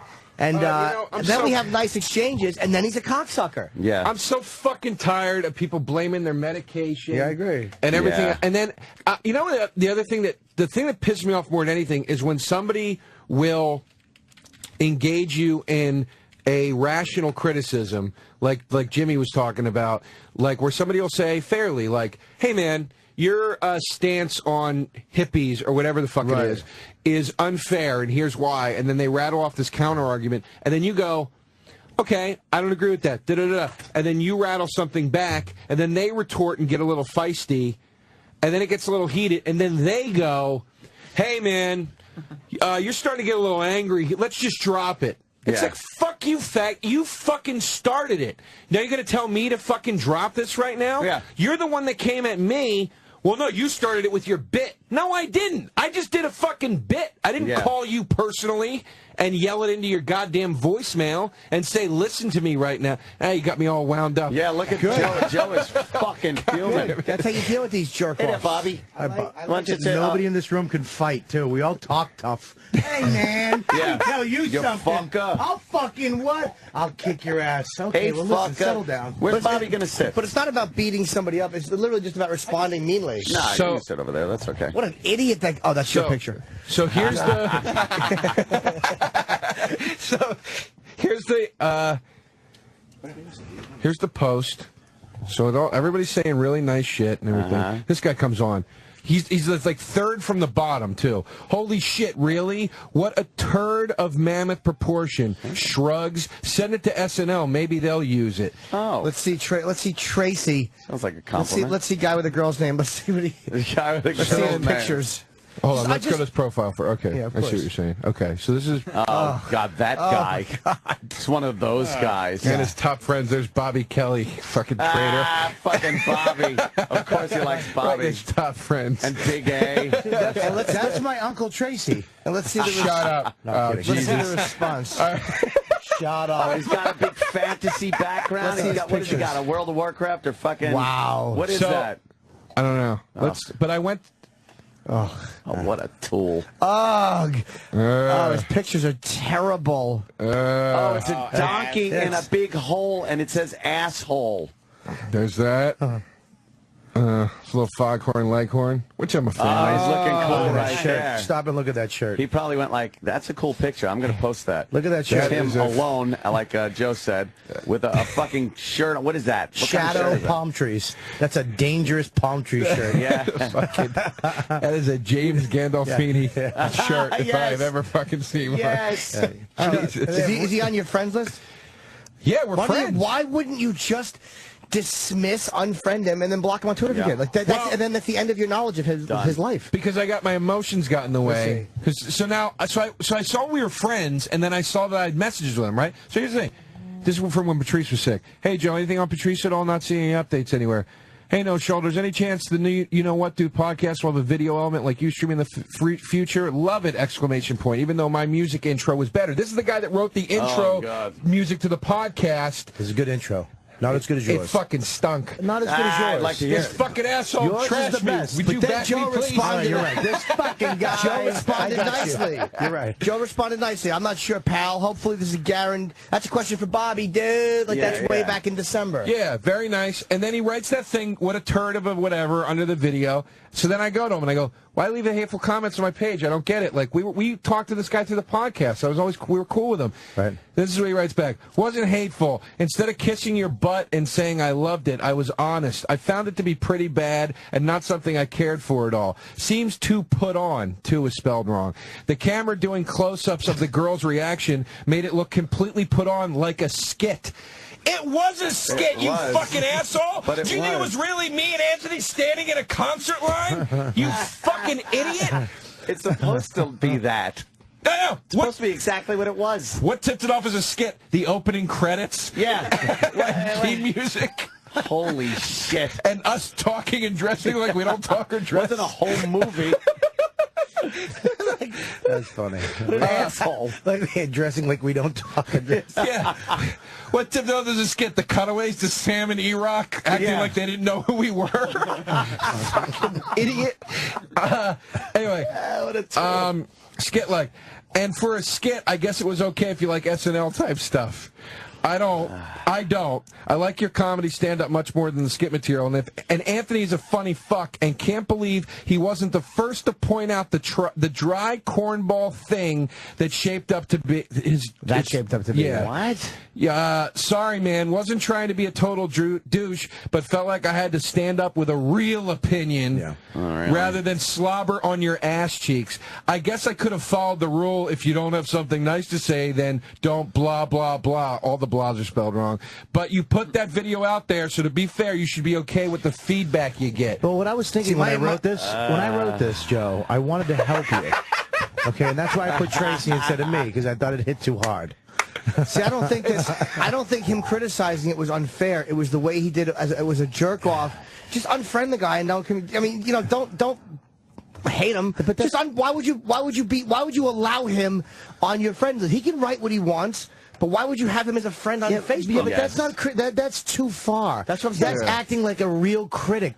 You're a fan of Joe. You're a friend of his. Just say, dude, I wasn't a fan that much. You don't have to go into a whole article of why you didn't like a 5-minute skit on YouTube. You know what happened? The way you here's what fucking happened. Are you Tracy? You cunt?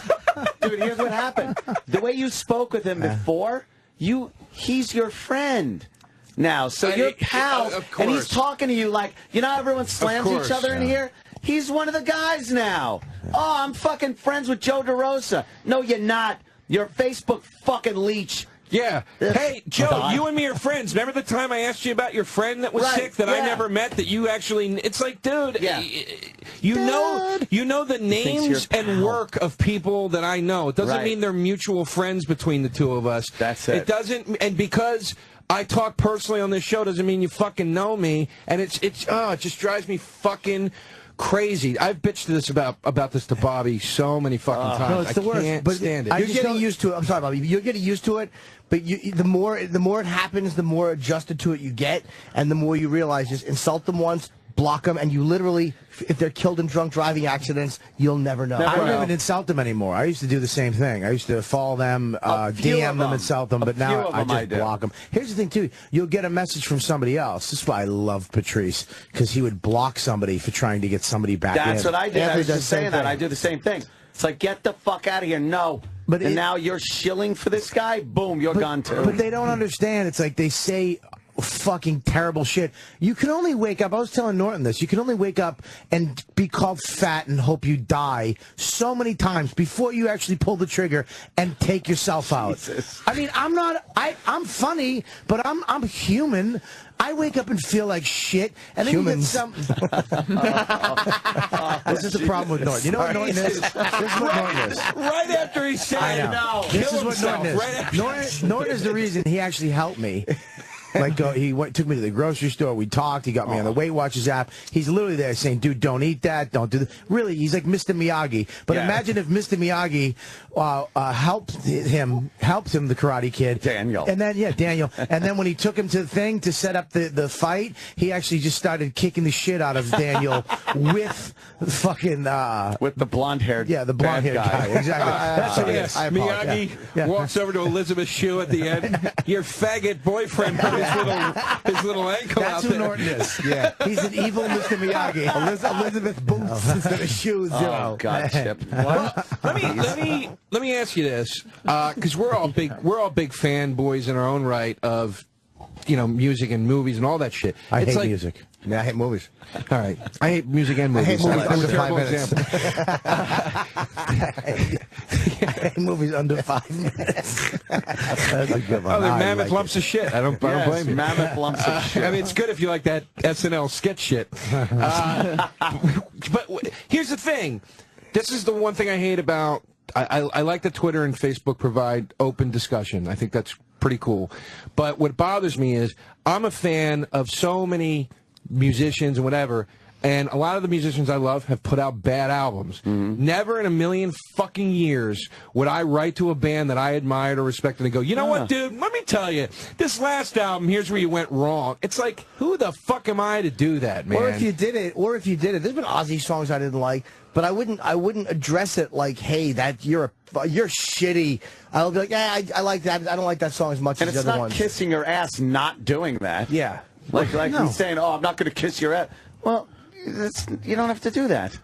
It's not considered kissing. Yeah, you're not going to go up to your mama. Go, you fat mom. Oh. You're not what you used to be. You Unless fat. You want to feel embarrassed, but make her feel bad.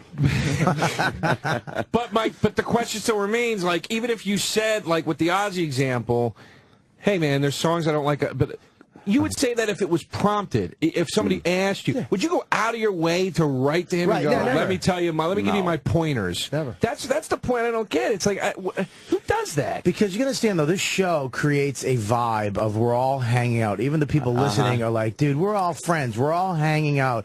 These guys fucked with each other because they're such good friends. And we allow them in on that because we bring them in on the show. We talk to them on Twitter. We fucking do all that shit. So when they write in, it's like them being part of the gang, even though it's like, look, no, there's a fine line that we always walk between really hurting each other's feelings and getting into a fight and actually having a laugh. You know what I mean? Yeah. I mean, Norton doesn't walk it with me at all. He just steps on my heart. But that's not true. My fat heart, apparently. I just step in the holes behind you. I like that we both did a good fat joke on me. But yeah, that's the thing is when they write back, dude, I was just kidding. I have so many emails. I was just trying to be part of the show, what you guys do. No. Yeah, you know, dude, I don't know you. Not. I've known Norton for fucking 20 years. Yeah. I've known Joe for 6 months. You don't jump up on the stage with a band that you like, that you're going to see and start a playing. message popped up and I missed it. I'm sorry. Was it another mean one? No, I thought it was, but it was actually nice. Oh, that would have been fucking funny. I'm sorry. What did you say? Nah, it's too late. Boy, and by the way, did I catch a fucking beating last night? Oh, God. I got pictures. Why were you getting beat on? I was standing there. I was standing there after the my set, and this kind of cute, really cute girl actually came up to me. Total Norton chick. Total. Oh, yeah. I mean, listen to me. If Norton has a type, this is the type. She was a little smaller than I like, but she came up and she was like, "Hi." Yeah, but her cock was big. That's the perfect Norton chick. But she's like, "I really loved your set downstairs. I'm a big fan. I love your stuff." I'm like, "Oh, thanks." And I immediately said to her, like, we were just talking, I'm like, "Oh, thanks a lot." And I always try to find out who they're with. You always do. It's the first thing. So I'm like, "Are you from the city?" She goes, "Yeah." I'm like, "Well, you here with a big group?" Like, I'll never say who you with. Oh, that's funny. You here with a big group? With a big group of people. Mind you, to set up a little bit, though, me, Keith, Tom Papa, DeRosa, we're a foot away at a table. And I'm watching this broad. She comes up with her little starlit eyes looking up at Norton. Norton, he saw her come up, and he became that Norton. Like, TV Norton. Like, hey, how are you, right? Yeah. He lit up. It was like a moment. And you guys are just like wolves waiting. No. We all, when we see Norton, you always back off, but you see it. We're like, look at this motherfucker. And then we see them talking, having a nice little conversation. And then the photo I'm about to show you here. Oh, I'll bring it over to you. Oh, my God. Nothing. Oh, my God. Well, I said to her, I'm like, "Are you here?" And she goes, "Oh, I'm here alone." Oh. Or she said something like, "Would it be weird if I was here alone?" I'm like, "No, people go out alone." And I'm like, and then she goes, no, I'm here with my friend. And I could see a guy lurking probably about 6 or 7 feet behind her. And I immediately knew that that's the guy she was with by the way he was standing away. It was a crowded area, but I just knew. And then he kept trying to get her attention. She was ignoring him. Oh, no. She was, like, talking to me. And he's like, "You want a drink?" And I'm like, "Your friend is talking." And then she goes, "Okay." And then he needed her ID. And then to give her the drink, like, she just kept turning around and talking to me. But I literally didn't know. But look at the friend.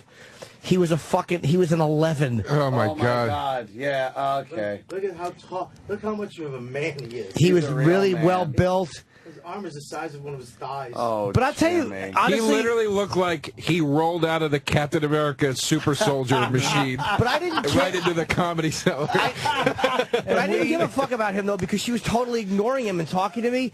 But then he came up. He was very nice. He wasn't a dick. but it was like, I don't know if they're boyfriend and All girlfriend. right, enough explanation, dummy. We made fun of him for around 45 minutes. Oh, shit. We trashed little fucking goat boy. Oh, that would have been, you know what? That's a perfect situation. We started going, hey, stop sucking your stomach in, stupid. I did catch a beating. But I wanted it for the record that I did establish immediately that I knew. Right. His posture went from, he tried to make shoulders. He made shoulder pads with napkins, like 5 napkins on each. You kept saying that. You kept going, I knew the whole time. I did. And Keith was doing classic Keith Robinson during a trash it. You knew nothing. Shut your fucking trap. We're not finished yet. You knew nothing. And Jim would go, no, I'm saying. Keith would go, shut up until we're finished. I wouldn't have cared, but they were standing right there. The guy and girl were right there. They were still a foot away from us. They could hear everything. They could hear everything we were saying. But here's the thing, that broad, she was downstairs right when Aziz got off. She tried to come out and go upstairs, and the guy wouldn't let her because you can't just leave the Comedy Cellar. You need a stamp receipt. He's like, no, I need your stamp receipt or your waitress. She goes, well, my boyfriend's inside. So I thought she was going up to see Aziz, but she might have been going up to see you. But then he wouldn't let her up. She tried to sneak away from her boyfriend while he was in the show. And then when you left, she sat down next to Keith. Yeah. And tried to get on with Keith. No, and Keith told her to beat it. She's not. I don't think she's. He said, "Get out! Come on! What are you doing, little girl? Get the fuck out!" I don't think she's out to fuck somebody. Here's what we were talking, and she's like, "I'm such a big fan of Aziz and you, and she's a comedy fan." I'm such a big fan. Well, not of you, of the whole genre. No, but she was like, Thanks. and then she goes, I wouldn't mind working here. Like she's one of those girls who's really hot, but is literally just a huge comedy fan. Fuck her. But Yeah, it wasn't exactly. her. Stop making excuses for her, Jim, and for yourself. My fucking time. No, I'm such a big fan of making my boyfriend jealous as I'm trying to suck famous cock. This fucking guy works out every day as a fucking Adonis, and he looks like a piece of shit in front of a bunch of nothing. That's good for us.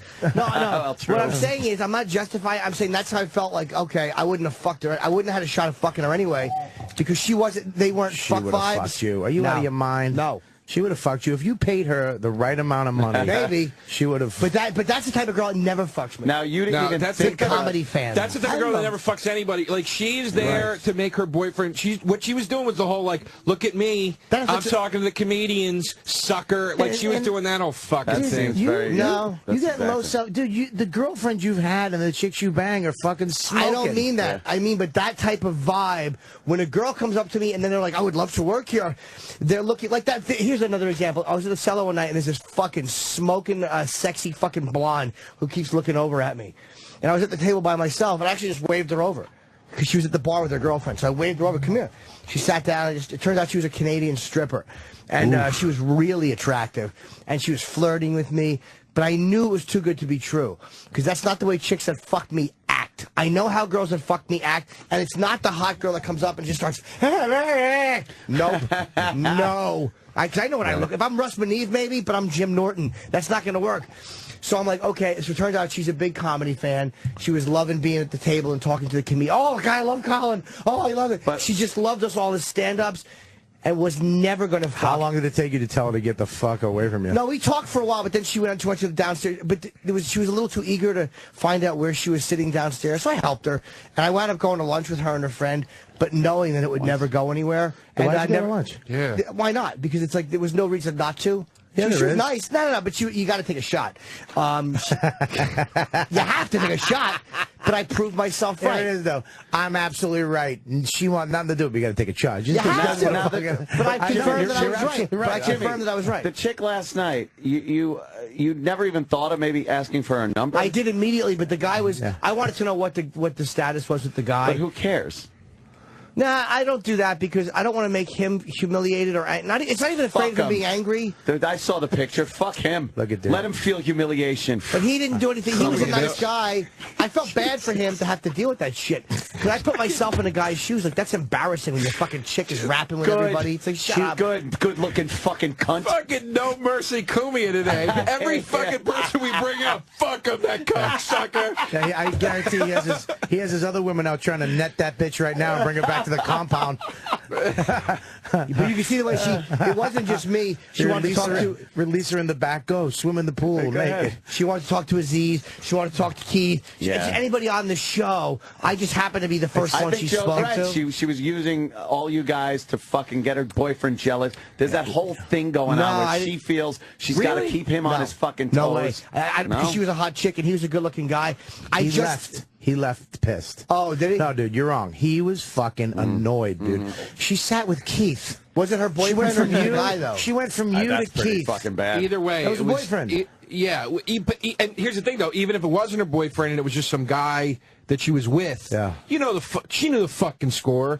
It's that fucking thing. You know, there's drunk chicks in the lobbies at the comedy clubs after the show. They're hanging all over you. They got a rock the size of their fucking eyeball on. Or it may have just been her friend who wants to fuck her, who she's friends with. There's nothing like busting a nut on a wedding ring.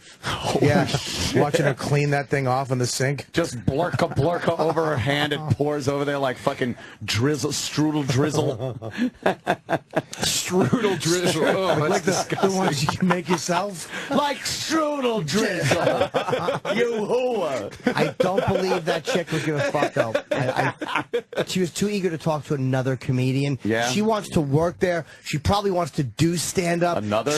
One of those fucking chicks that really loves comedy. She disrespected her fucking guy. I know. I didn't like that either. He left pissed off. Did he leave her there? Yeah, they left together, but she wound up leaving. But he was like, he was fucking aggravated. I didn't like that either. Intentional then. Yeah. Come on. I'm so fucking tired of girls doing this, and I've been in that situation where I'm the fucking idiot standing there. Of course you Except have. I don't have. I was gonna insult myself. Let me get There is nothing more uncomfortable, There's man. nobody faster than Norton. I mean, yeah, look out. Norton is lightning fast. I saw his fucking eyebrow twitch as he started to speak. He does. He starts fucking shaking like he's having a premonition. Like shake and bake or something, right, guys? Exactly, Chip. And then he does that. Fucking hate But Chip. I'm so tired of that shit. Like chicks will do, not all chicks, but a lot of chicks will do that. And you're sitting there and they're doing that I'm going to make you jealous shit. And Dude, it's so uncomfortable. I pulled the car where I go, hey, fuck you, I'm out of here. Yeah. Wait, why? What's the matter?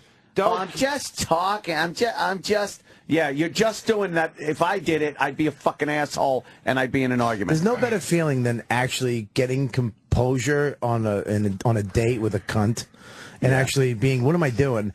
I did it one time. A girl picked me up smoking. I mean, way out of my league, smoking hot. And she picked me up in a Mercedes. She was from Staten Island. It's hilarious. He actually did the joke in his head. He did. He held it back. Jimmy, Can I guess? Can I guess what you're gonna say? Okay. Yeah, it came after picked me up with. I know. Was the word forklift in there? Yeah, I actually flatbed. I actually thought it was out of my league. I had a couple for those. But that's why you can't even talk around Norton. No. Because we went 2 lights on Lexington Ave, and she was just a fucking cunt. And I was like, fuck it, I'm out. And I just got out of the car at the red light. And she's like, you'll leave. And she was fucking one of the hottest chicks ever. She was just being a cunt. She wasn't the girl I met 2 nights ago at the club when she was into me. She showed up like just being a fucking cunt. 2 lights in, I was like, I'm all right, take it easy, I'm out. Slammed the fucking door and left. She's like, you're leaving, really? And then she started switching it around like, what did I do? Fuck you. That what did I do shit. Fuck I'm you, so man. tired. I was in a deli by my apartment one night, and I'm with this girl. Shut it off, It's now Norton. everything that's being said is fucking hilarious, and I know. You're like a fucking Japanese joke machine. Shut it down. I'm not saying a word. But no, your face. You just did a joke without doing No, a I didn't. joke. Joke is in deli. Listen to my friend. You had 9 fat jokes waiting. No, So it was with this girl that I'd been fucking around with, and she never fuck. Here's my thing: I'll pay for everything all the time. Oh yeah. But if a girl doesn't at least go, hey, can I give you? I just want the gesture. You know what I mean? Just What? Can I give you? fucking kidding me? I thought you were going to say it doesn't say thank you. Know where I stand on this. We did 3 podcasts about it. Are you a chiseler? You No. You don't tell a girl to pay for it. No. I don't tell girls to pay. I'm saying, that's not what I'm saying. What I'm saying is, if a girl doesn't even go, hey, can I... And then I wouldn't care if she No, tried me to neither. pay or not. You're alone on this one. We're on a date. I'll tell you, way. I You think wanted I just just you were going to to say she didn't thank you. She should say thank you and be appreciative. Or she should suck your dick or something. Yeah. Oh, I Were think you a chick fucking her? should. Yeah, I was already married. She should not offer you any money for deli food. I think a chick should always go, "Hey, do you need just to go?" That's to me. That's the way of saying, "Hey, I appreciate you're paying." Was she a 3 or better? Yeah. Then you fucking should have been appreciative to her. Hey, what This did you story want is probably going to go nowhere now.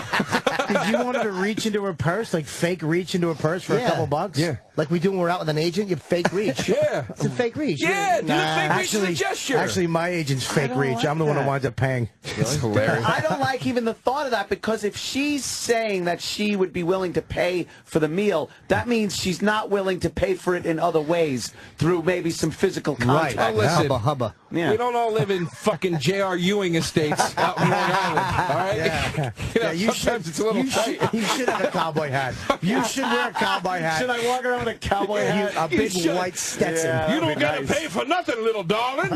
Well, now, Foxy lady, why don't you come over mine? Come on over. I got Keith on the barbecue. I got naked girl in the pool and people in the movie room right now. Junior, fetch me some of them ribs. That's right. We're going to take over this whole street. That's my goal. Well, lovely ladies. I fucking, as many times I've been at your house, I have slept in a different room every single time I've been at your house. I've never slept there. You slept there? I never slept there. Oh, yeah. Well, We were fucking disastrous. the guy gets me fall down the goddamn Yeah, drunk. yeah, come over. Can we come over and watch the fights? Fuck yeah. Come over I'm sorry, earlier. did you not ask? Yeah, I did. I texted him. No, he texted me. I'm having a big fucking blowout. On Saturday? Watch the fights? Yeah. Are we Oh, watch, yeah, can we yeah. watch the fights, though? In the theater, yeah. Am I going to have to fight a drunk fan? Dude, when you said fucking die. No. And it's a girl? No, it could be, yeah. No, it's going to be a big, we'll watch it in the theater. The fight in the theater and shit. Have it It'll be all great. over. Yeah, well, it will be. Simulcast. It will be. Put it outside. It's going to be Even. It's going to be big. But when Joe was over, I was just getting fucking sick, and I couldn't even talk. It was fucking horrible. I had a fever. I death's door. Did he sit and I Felt walk in? terrible. I walk in, he calls me. I'm in Trenton. I was in Trenton doing a Come show. that night. Yeah. Yeah, I know. Yeah, they said you were coming. Then I had a bad set at the fucking club. I'll talk about it. What happened? I was at McGuire's, which I love. The fucking people that own McGuire's, the nicest people. They treat. I've never been treated that nice. But the last show, just drunk, two drunk people, and I just wasn't ready for it. Like I wasn't prepared mentally. Wow. First time in 10 years where I almost lost. Where I almost was like, gonna have like just a dead set for like 30 minutes. I've seen you destroy people there. Dude, it was the other one out in McGuire's, and this guy was so fucking drunk with like 6 of his pals, and it was just fucking, you fucking.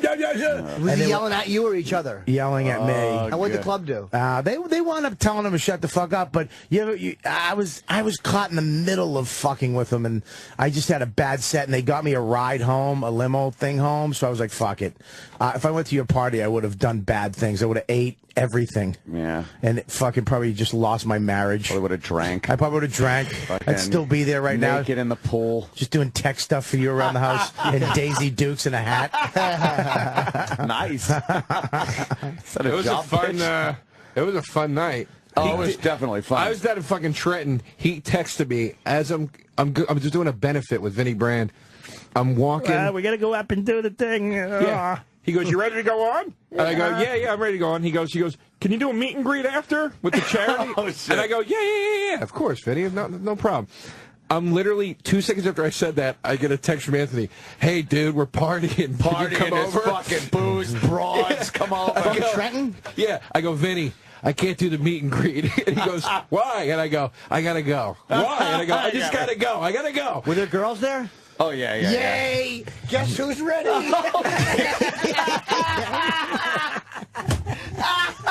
Jimmy's got the biggest boner. Wow. Why? What are you doing? I'm in need. His jeans, Jimmy's jeans are pushed out so far. It looks like it's all bent, too. Oh, my God. Boner. That's fucking great. I couldn't tell where the boner was. I know. It was erect in three different It was places. like he had a giant pretzel in his pants. Like you couldn't tell where it began and where it ended. That sounds fun. Wow, you really have, yeah. Are you guys, so there's going to be girls there this weekend? Yeah. I drove 90 fucking minutes, dude. I was flying. Flying from Trent. I walk in, I see Anthony. He's holding a 16-ounce Captain and Coke. And I go, how you doing? And he goes, oh, dude. My throat was gone at that point. The rub's good for my throat. And I was like, oh, You can never get to Anthony's too late. That's the beauty. If it's like 10 o'clock, you're like, I got dinner planned. I'll be over at 1:30. Fine. We're here. Rum isn't good for your throat, by the way. No. No, it's a pirate myth. Yeah. What are you in Penzance or something? Oh, Jesus. Rum is good for your throat. Take it, matey. Anything would have been good, though. Anything to kill the fucking pain would have been good. So how about this Saturday night we do this? We just do us 4 fucking ham bones. Yeah, just and fucking all women. Just chicks. No other guys. Well, that's my modus operandi. We shut it down. I can't come on Saturday. Get a door guy. Get a door guy. Only broads. Only broads.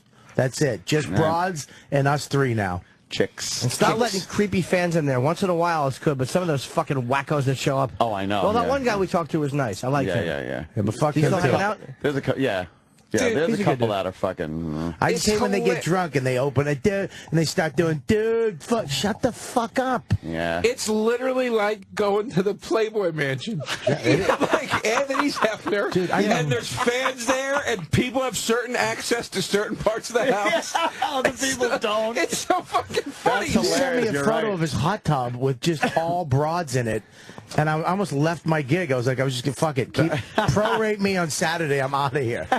It's like the Playboy Mansion if Hugh Hefner was just drunk and screaming the N-bomb at his fucking house with girls from the Magic Garden and his fucking 9-year-olds. Oh, shit. It's not like the Playboy Mansion. It's like fucking Barfly meets Zoom. Barfly. Oh, goddamn. Jesus Christ. Well, it really, and it's getting, this summer's going to be fucking crazy. Yeah, the whole thing with, getting rid of the fucking girlfriend for the beginning of the summer.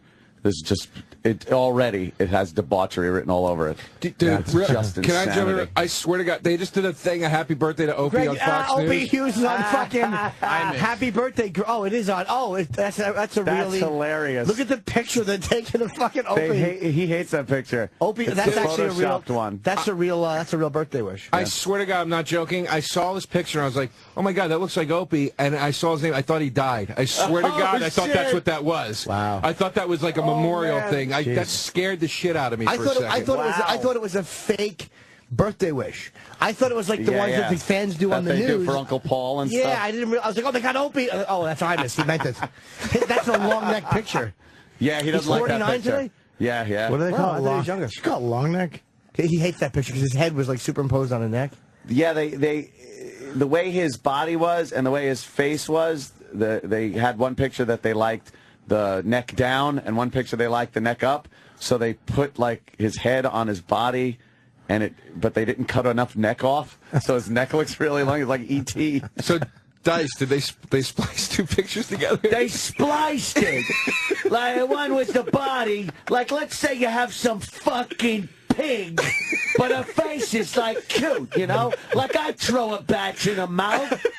And then you got another chick who's fucking dog-ass fuck ugly, but her body, you throw some goo in her asshole. You mix and match, you put them together, and they're all hot.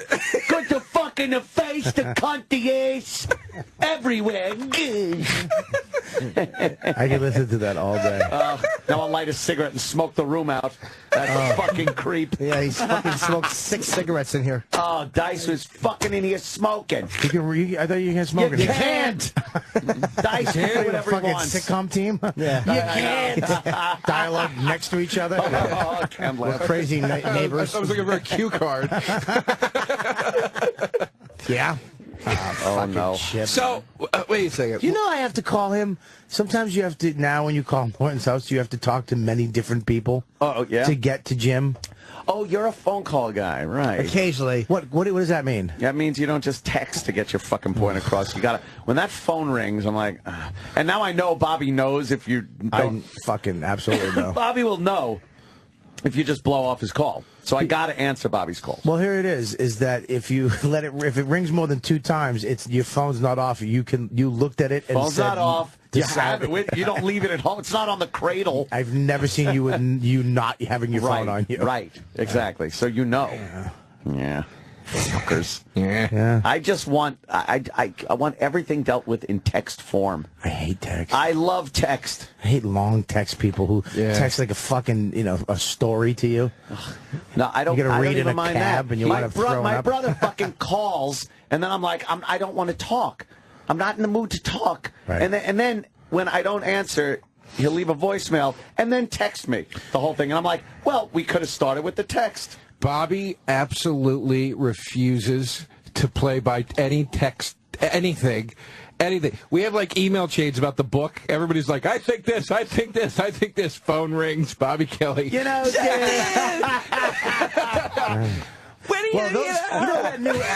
the new me fucking chain thing where it keeps all the emails in one. I know, it's confusing. Yeah. It fucking blows. You don't like that? Well, it's fucking 8 things and you gotta go scroll back. And Well, then, you go through the first email, and then you get all the ones. This is why it sucks. No? Because if you send me an email, you're the original email, and then he starts tagging it, and no one jumps in.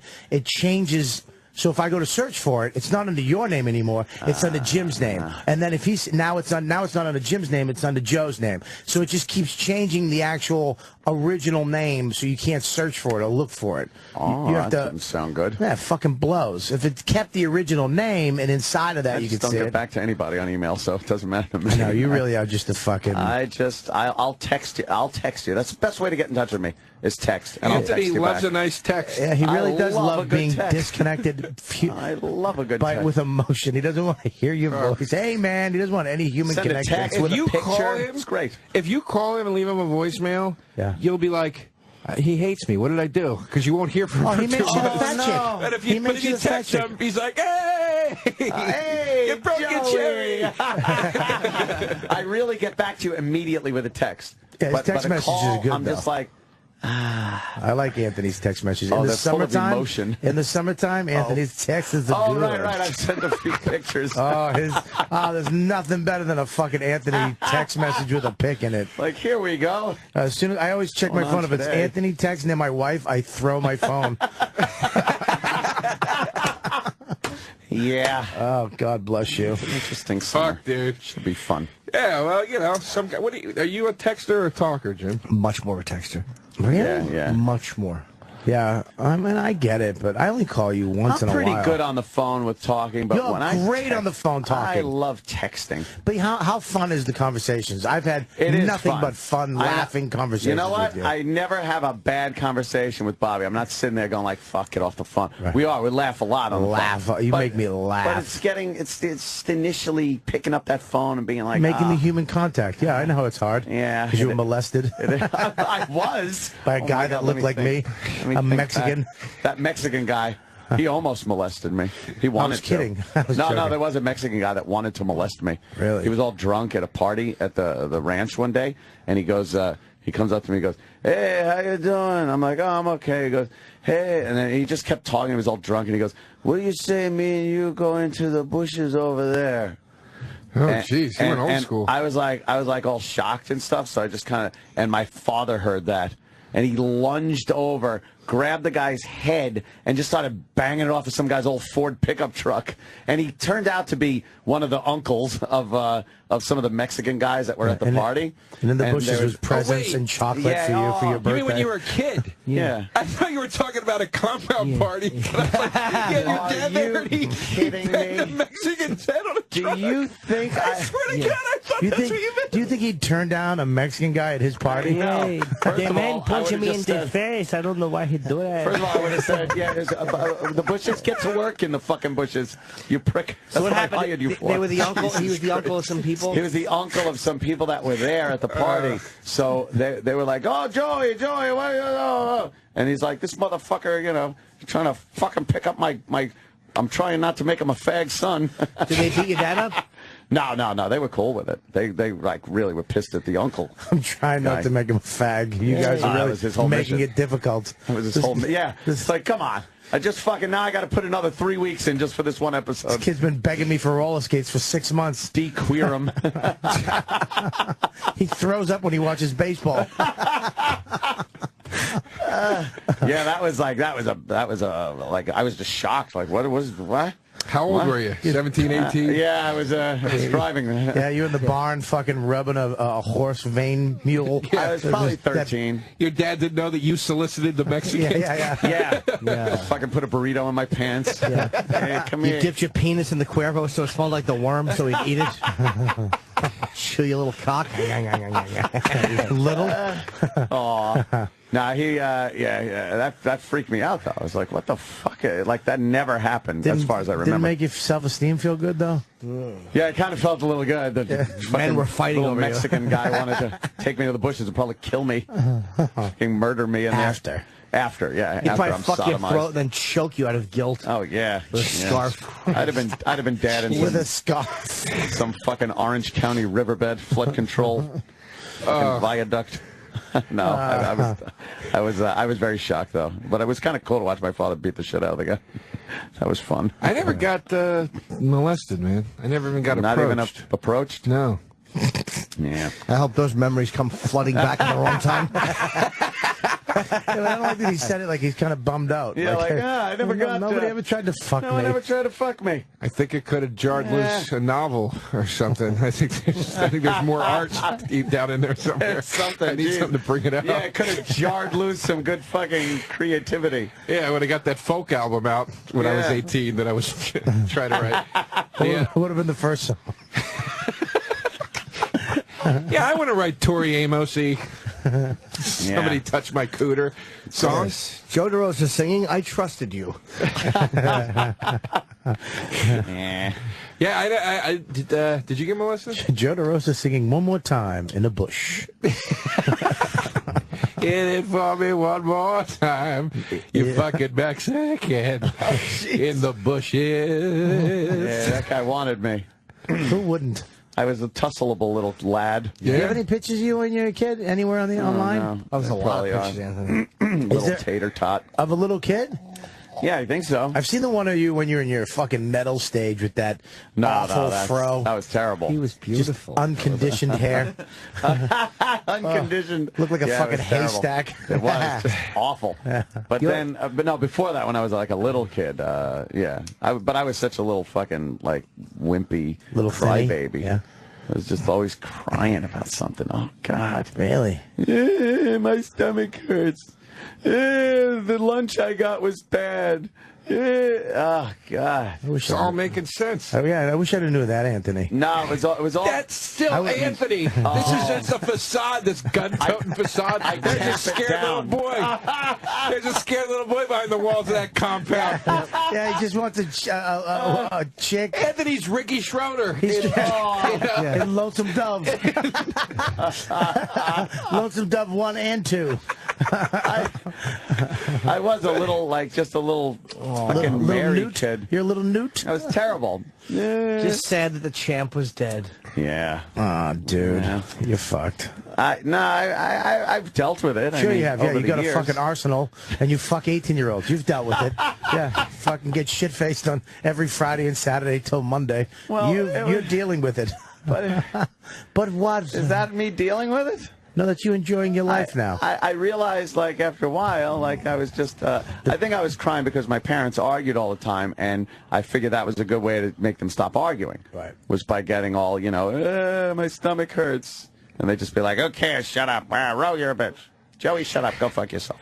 And I'd just be crying. I don't know. I always cry. How did you deal with it? I don't know. I guess I just grew out of it. I have no idea. Did you? Something tells me you're trapped at 18. What I'd love to see is something just crack Anthony, like some TV show, some emotional penguin show, something just make you crack and see you well up, and then the pain from your childhood opens up, and then your whole life changes. The only thing that really gets me are those, like, watching the old war documentaries and seeing, like, an old soldier start crying about fucking, he gets like, and then he came in and he was carrying the, Bob and like that stuff. That gets me. Anthony cries where he's supposed to cry. You well up when they start talking about Charlie? When they start talking about Charlie. You find that touching? Yeah. What do you mean Anthony cries when he's supposed to cry? When it's acceptable to cry. Because Anthony, I think he's probably much more emotional than he lets people know. I think Really? I think you're deep down a much nicer guy. Deep down, I probably am. think so. I get but that out but he somewhere. does all this man stuff. Like, he fucking has a gun, and he's a fucking guy's guy, and NRA, and he only cries at the war vets. Because all guys, no guy calls you a faggot. Everything Anthony does is to prevent being called a faggot. Like, no guy calls you a faggot if you cry watching a war documentary. Well, that's true. Like, you're allowed to watch a veteran if you watch a World War II veteran cry and you get choked up, that's acceptable to other men. Right. But if you could cry watching fucking, Sophie's Choice. The yeah, Voice? exactly, or something, yeah. I cried during The Voice. The Voice. Final. Did you? God. No. What's wrong with you? I don't know. You might have. You're a fucking creep. I am. You're absolutely right. I cry. I do cry a lot. I cry a lot. I cry at fucking anything. Do you think that was like from years of my dad trying to defag me? Your whole life is built around not being a faggot. Yeah. That's what you have an emotional checklist in your head. Anything you want to do, will this make me a faggot? Yeah. Wow. If no, you do it. If yes, you avoid it. Will colored shirts make me a faggot? Yes. Dark blues, grays, and blacks. Yes. Will dressing like a battleship make me a faggot? No, it won't. So I'll dress like that. What's that? Dressed like a... No!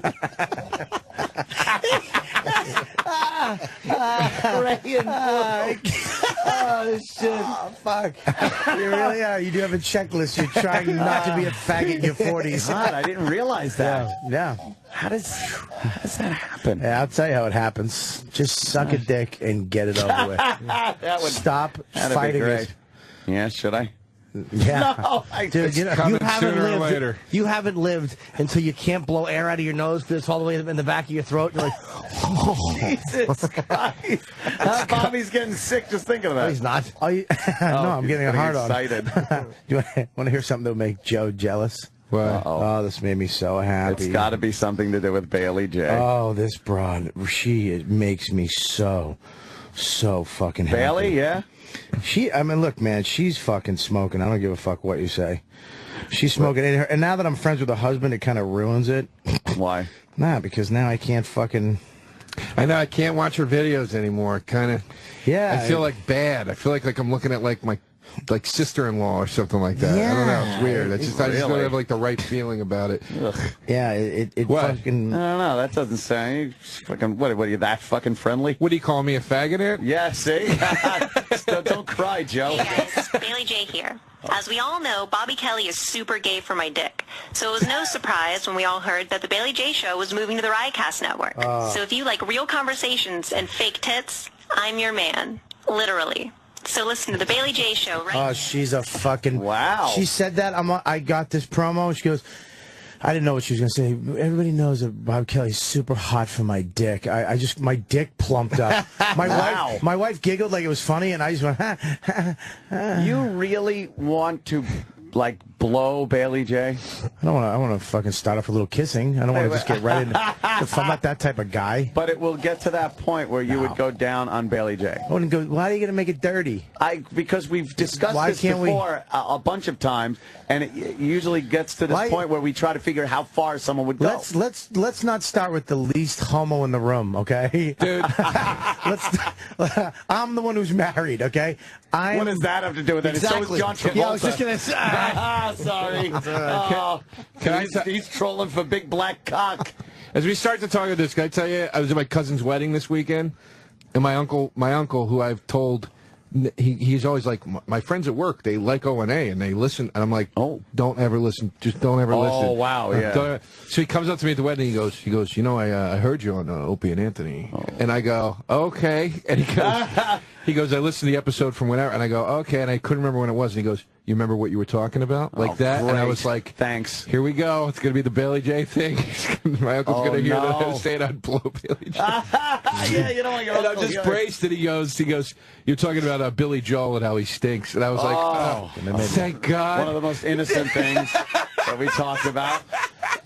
I don't want to blow Bailey anymore because I'm friends with her husband. Yeah, no. Yeah, he really don't did. Throw in the little fucking like personal reasons. You wanted to blow Bailey J. Didn't want to blow her, man. He never wanted to. I didn't want to blow her as much as he did. But I would. If she got you in bed. Yep. Slow down. Go ahead.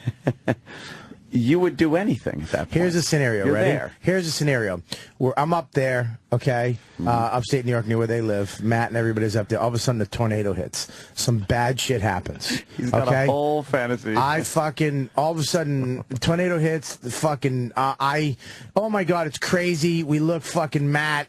He's flown fucking away. Oh shit, he's dead. And then I got hurt. She's hurt, but I take care of her for a couple days because nobody's around. So I take care of misery. her. Yeah, and then you hobble Bailey J. I have to hobble a she-male just to let it suck her cock. Oh God, she's tied down. You're sucking her cock. I'm gonna put popsicle sticks on the side of it because she can't get hard.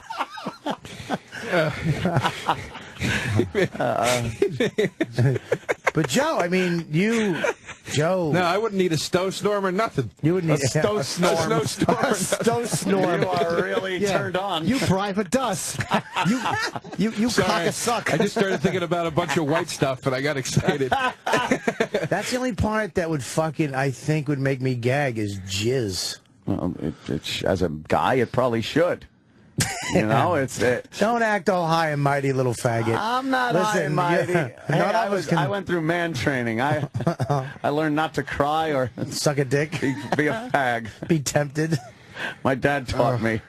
I can't wait until somebody's in your basement yelling outside to you in the jacuzzi, and we can't get the karaoke machine working, and all they hear is, "Oh, be right in." Because that's what I'm going to be doing, sucking dick in my jacuzzi. Look, if it's going to happen, that's where it's going to happen. We all know. You think? I think. Where else would you do it? You're going to get sick of it. You're going to get all this pussy you're getting. You're going to get sick of it, and you're just going to have to. You're going to have to advance to cock. Oh no! Oh God! First, it's going to be just getting head from her, like a girl with a dick, and then all of a sudden, a girl with a dick. Then it's going to be just let me see it. Let me see it. You're going to pull it out with one finger, a little hook, index finger. Look, he knows the move because he's done it. Yeah. You've reached in and pulled a fucking dick out with the index finger? Bobby talks with such intimacy of you. I mean, I'm not saying this I really believe in my heart that you've sucked a nice dick in your day. I believe you have too. And yes, Jim, you too. I never have, I swear to God. Stop it. But I don't know the tricks of... I would just yank it out. I don't know what do you mean? You just roughly yank a cock out of a panty? Do you know how fucking awkward and like even being sexed up? Do you know how awkward and guilty you'd feel like with that falling zipper, just trying to pull a cock out of a pants? They don't wear zippers. What? You blowing a guy? Dude. What are you doing? Are you blowing a guy? So are you. No, they wear dresses. It doesn't matter. You're blowing a guy. There's a big difference. Believe me, this is not a guy. What were you talking about with the fucking finger pulling? Well, the panties, the little G-string panties. You're not going to fucking... look, first of all, if you have to unzip something like fucking Gap jeans to get to a dick, you're fucking gay. Yeah, what are you guys doing? Well, sometimes you got to unzip the unzipping part that's gay, not the sucking a dick part. Absolutely. When they walk into your room from the bathroom and they have a fucking skirt on and there's a cock hanging below it, what are you going to do? It's just, that's the young lady. I'll tell you right now, if I ever suck a dick, I demand that I have to pull the zipper down. Yeah? Yeah, because that's like unhooking the bra strap. It's like, it really is. It's and part of away we go. Yeah. Joe needs You know? button flies, Oh my faggot. God. Yeah, those fucking buttons open. That's Joe to me. Come on. Joe wants to blow a cowboy. He wants to undo a belt buckle, too. Exactly. He wants to blow the brawny towel guy. Jimmy's got to go. Yes, I have so to. we'll take a I'm quick taping break. something. And we'll be back still with Joe DeRosa is going to be here, of course, and the lovely and talented Bobby Kelly. And I guess Sam is just sitting here and working the board today. Yeah, I'm not going anywhere. Which is nice. Yay. Tattooed Sam. And we'll be right back after these words. This is the Opie and Anthony Show.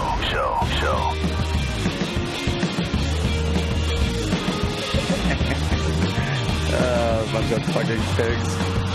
Good God. I'm not. No, you're a very good boy, Bobby. Oh, Bobby's close to me now. I feel weird.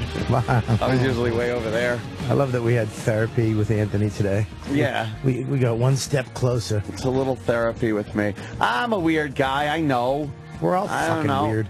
But the thing is, I've reached a point in my life where I really don't have to make excuses anymore for anything. I don't care. This is who the fuck I am. I've been this guy for quite a while. Right. And if you don't like it, lump it, I say.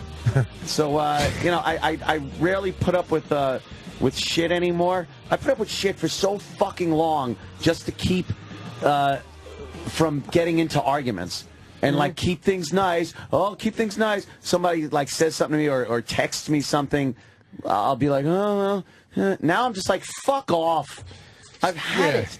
Yeah, you spend so much of your life keeping the status quo. Yeah. Because you don't want everybody to be upset and whatever, but it's like... And because fights are fucking, like, arguments are stressful, and fights are like, when you're in a battle with somebody and you get a text and you don't even want to look at it, or you get a voicemail and you're like, you don't even want to listen to it, you're like, God, I don't want to listen to this because I know it's just going to be something I got to delve into, jump into with both feet. Yeah. I hate that shit. So now I just end it right away. I'm like, no, shut up. Fuck you. Goodbye. Right. That's You just how I cut do it. people out. Yeah. Yeah, now not important people in my life, you Right. know. Just I wouldn't do the- that. the but, rags. But Right. like the shit that I used to just fucking carry around like luggage. Right. Now it's just like, fuck this, man. I just don't have the patience anymore. I did that with like clubs, like doing, because I'm on the road a lot. Yeah. I used to get so much anxiety, and I Yeah. would snap because I cared so much about the shows being good and the club and the hotel and having it. That's good. You Now should, though. I wrote down a list of like 5 things that were important, and I told my manager, just make sure these are done. That's it. Oh, Everything wow. else, I'll take the hit.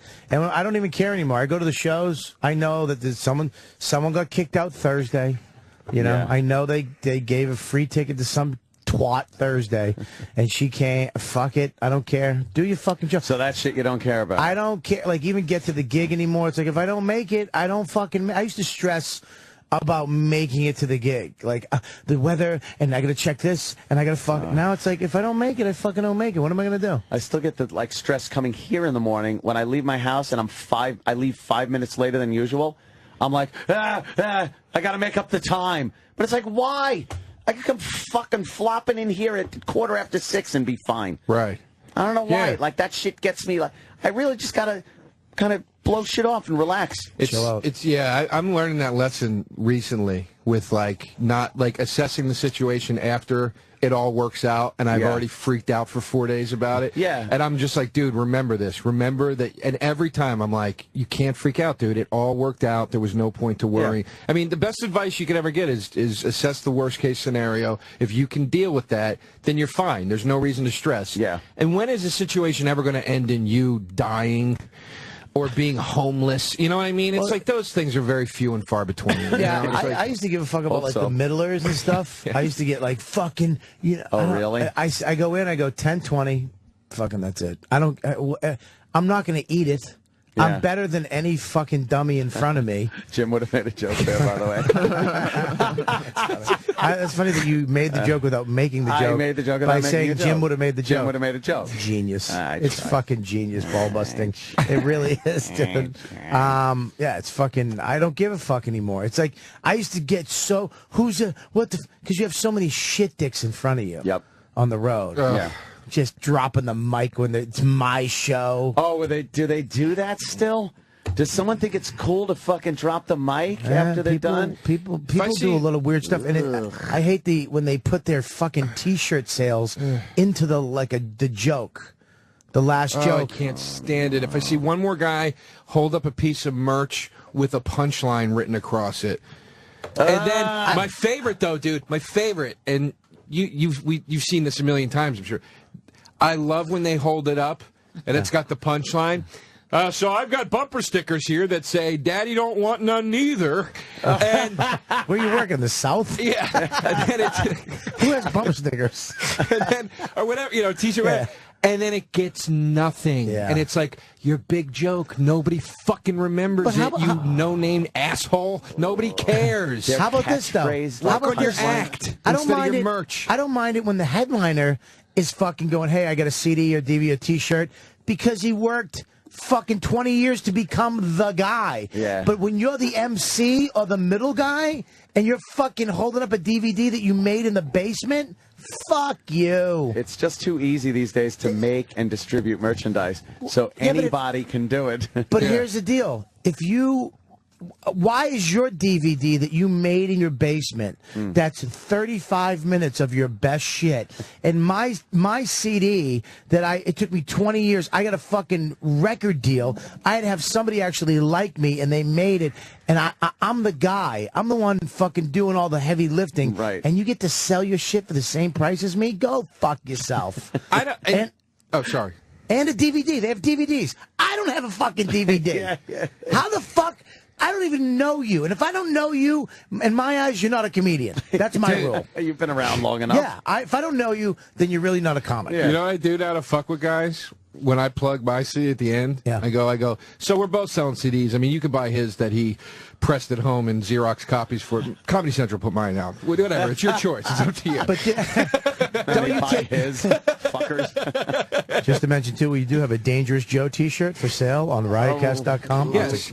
And you know what? It's funny. Seller. As we talk about merch, Bob, I will be selling my CD tonight, tomorrow night, and Sunday night at Caroline's. Really? But here's the dude. You got your coffee boom shirt. No, that's the Joe DeRosa coffee shirt. mug.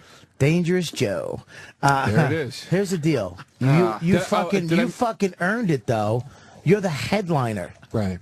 Why the fuck does I went one day, the MC had a CD. Here's the thing. Wow.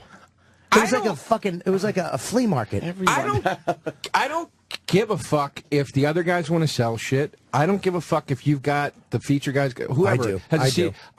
None of that bothers me, honestly. What bothers me is if they have it and it's unwarranted. Like, if it's a feature that's funny and he's like, look, I made this fucking CD, I'm just trying to make a couple extra bucks and do what I got, then that's okay. But it's like guys that are going up there with stickers and T-shirts and bracelets, CDs, and they stink. And you're like, dude, you stink, though. Your act isn't good. Like, you're not Here's funny. the thing, though. You're missing the point of being a middle guy, is that you're actually trying to make ends meet. You're trying to make headliner money or trying to make more money. The way you're supposed to do that is to become better as a comic. Right. And become the headliner. That's why these bringer shows in New York, they kind of fuck these comics. Back when we started, you had to be funny. You had to hang at the club, know other comics, get fucking Donnie Brasco in, and then get a spot after Chappelle, Jay Moore, Norton, Patrice at 2 in the morning with the lights on with 5 people and do good. And so the guy goes, that was good. Come back Monday. And then you did Monday, Tuesday, and then you did that for a while. And then you got to do a Thursday. And then you did that for a while. Then all of a sudden you got to do one show on a Friday. And then all of a sudden you're working weekends. And then you go to another club. It's the progression that you need to become a good comic. You don't get just to fucking get 10 people in the club and you're doing 10 minutes on a Saturday? And they're selling merch and all of a sudden everyone wants the shortcut to the fucking big time. Everyone wants to go viral. Well, it's when I came to New York, and I'm not doing it as long as you, but it's like when I came to New York, I sat at the Boston every single night, went up at 1 a.m. on Tuesdays, like literally for 3 people that didn't speak English, like not exaggerating, horrible. I remember the first time I did a weekend, Wayne Rada, who was running the place at the time, goes, "I'm putting you after Patrice," and I was like, Why are you doing that? You know what I mean? Like, I was fucking terrified. Shit, yeah. And he's like, because you have jokes. Patrice tells more stories. I want you to go after him.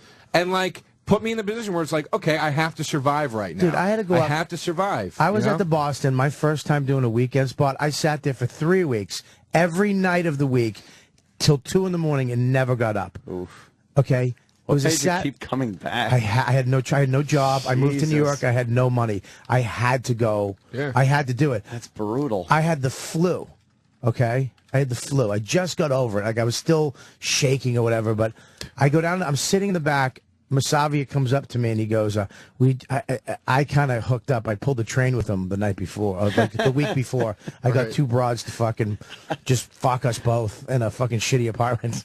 But he comes out, he goes, "You're going on tonight." And I was like, oh shit, this is what fucking happened. Jim Brewer comes in. I'm supposed to go on. He goes, "Jim Brewer's going next. I'm bumping you." I go, "All right, fuck it." Kills. Then Chappelle walks in while Brewer's on. Oh man, "I'm bumping you for Chappelle." I go, okay. And he kills. Then Jay Moore walks in. "I'm bumping you." You gotta go up after Jay. Yeah. Jay fucking lit the place on fire. It was like a competition with these assholes. And then he goes, "All right, you're going after him." Then Red Johnny and the Round Guy, who was one of the funniest duos back then. I mean, blew the fucking roof off the place. The place literally stood up and popped when these assholes got off. And he goes, "All right, you're up next. You're closing out the show." He said 5 minutes. And, you know, this is the comic ego. I went, okay. That's the ego we have. Like, okay, Yeah, I'll do it. I could do this. Yeah, I'll do it. And I did it, and it was fine. I didn't kill, but I didn't bomb. I did well enough. I went up with. Let me tell you something. You what's up, fucking woo, fucking wild squad. You fucking woo. Good night. Yeah. And I fucking pulled it off. Yeah, dude. It's, when I auditioned at Gotham, I went in, and I was supposed to be on at like 8:15. I walk in, it was the old Gotham, and they go, "Chappelle's here." It was right after he left the show and all that shit. "Chappelle's here." I go, "Okay." They go, "He's going to do some time, and then you're going to go on after him." So immediately you're like, fucking Christ. That's 90 minutes. I had to go on an audition at Gotham during the check spot after Chappelle did 90 minutes. And I got off stage like, who's that? And they passed me. They're like, "You pulled it out, dude." I didn't kill. This is like you're saying. It's like they were like, "But you fucking held your ground." That's just and whatever. It's like, but that was. I used to have to do black nights at Boston. Yeah. Like he'd be like, "Dude, come down Sunday." I'm like, "That's the black show." Yep. And I don't know how you do that. Dude, how do just you do not it. just turn around and walk out? You got to do and it. go, "I can't do this." Dude, the black show, the whole trick with black shows was act black. What's up, motherfuckers? Ah, look at that white boy saying that this nigga right here. I started Don't do that. Don't do that. Yeah. I started in a black club in Philly, and it was just like, that was it. There was 2 routes you could go. You could either go, "I'm the white guy that's going to act like I'm from the city," or I'm going to just be brutally myself and whatever. And both are hard roads to travel. Doing the pandering thing is easier, obviously, but like once you learned, like, if they started to think you were kind of corny, once you had that attitude of like, "Go fuck yourselves," I'm like, "Yeah, I'm a fucking geek from the. What do you want from me?" Then all of a sudden it was like, "Oh, okay, we respect you." Wow. Because you weren't being phony. There's you know? nothing like killing in front of a black crowd. When you kill, Jesus, when you kill in front of a black crowd, it's fucking insane. Insane. Yeah.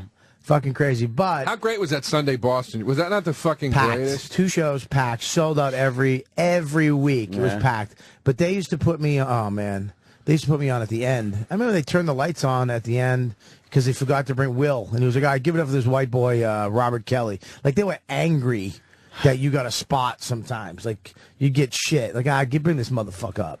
Wow. And you go up and you do well and be like, all right, fuck you. You didn't get me. I don't know how you fucking... See, you guys don't really exude a lot of confidence.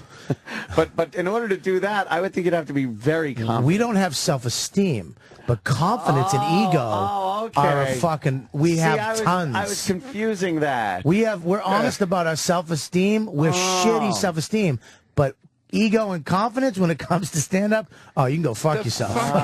I'll go up, Eddie. I'll try it. Makes perfect The sense. women I've tried to bang off of my stand-up confidence that I had, that I never got, that guys were like, are you fucking crazy? Yeah. But you're like, nah, I got this. I'm on it. She likes me. But then you go home and you curl up in a ball with a bucket of chicken, and you're just like, I wonder hate if I'd myself. still be having as much fun in my life if I was still just a tin knocker in a little apartment. Let me answer that on a question, Long Ant. Island. No. Yeah. You mean you fucking not being having your compound and banging bras and TVs in every room, a theater room, all You your don't guns? think I'd be able to get girls? No. Come on. No, you'd have I a have fucking personality. You would have an unconditioned hair, Long Island fucking shrivel. Yeah. Just a fucking big nose, Now, wait a kind of minute. good looking bitch. I'll tell you the kind of girls you'd get. You'd get some fat bartender with a rose tattoo on her tit. One of those broads. No, you know what he'd Rosies. get? We all love Rosie around here. Hey, look He'd, at that. he'd have one of those. He'd have one of those. No, he'd have one of those blonde chicks with a raspy voice because she smokes too much, and she has just a flat ass with great tits. There you really go. good tits, but just flat. God, yeah, that's no. it right there. That's Look, it. first of all, I'm I would- Anthony's wife. Anthony, get me a fucking Miller. Oh God, would that be a fucking nightmare? That's what you'd be. I wouldn't. The fatties are out. I wouldn't be with a fatty.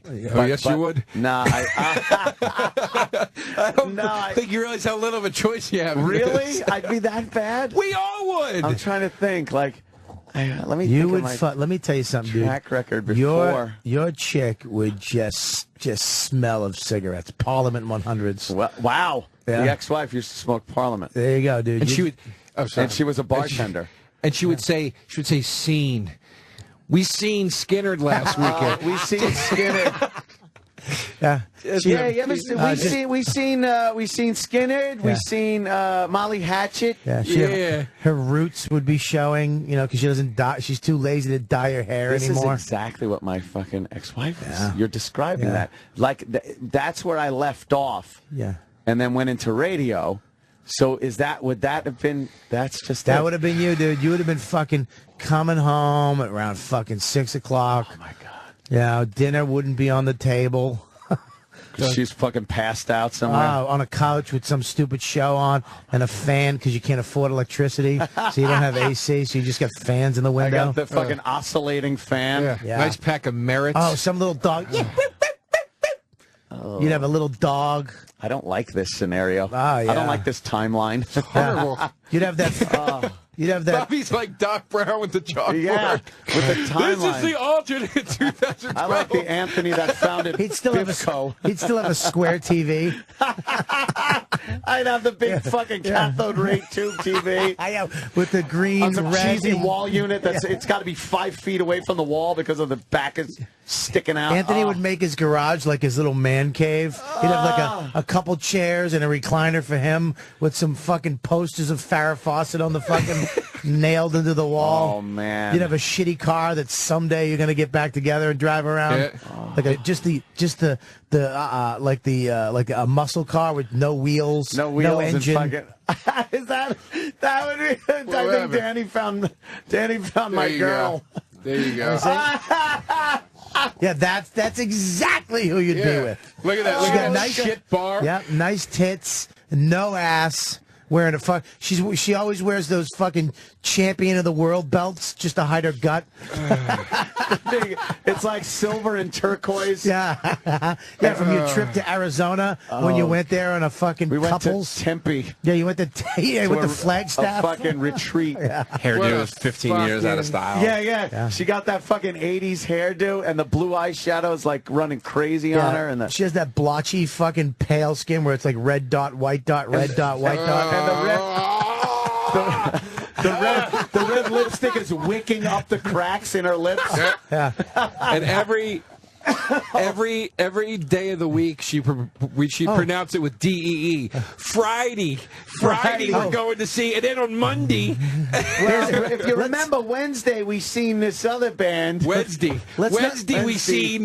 Let's not forget that we're actually talking about how shitty his wife would look. Let's not forget how shitty you'd look. Let's not forget fatso with no hair. That's what Anthony would look like right now. Oh God! Anthony would be a fucking just a disaster. A fucking disaster. That's funny, you calling someone fatso with no hair. That's Kumia. Wait a minute. That's alternate timeline Kumia in the pool. Oh God! But Anthony wouldn't have a gun because he wouldn't have the money, so he'd have a taser. I would be able to afford my guns. Anthony would have mace, like a collection of mace that he got those Chinese stores at the mall. Anthony would have Chinese stars. Yeah, he's going to like the head shops buying the knives and ninja stars and shit. He'd have swords. Yeah, a big sword.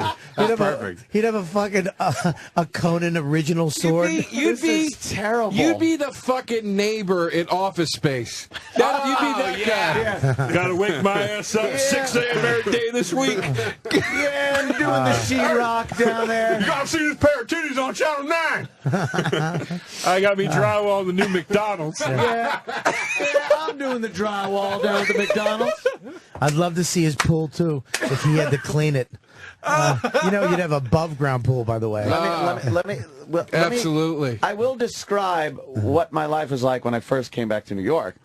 I had the bartender. She wasn't that old yet, but it was gearing up to be. And I was living in a small house that I was renting in off of Huntington Village. And the back had this fucking broken down wooden deck that I had one of those pools on. Well, like a turtle pool? Like 2 foot tall blow up pools. That's it. That's where you were headed.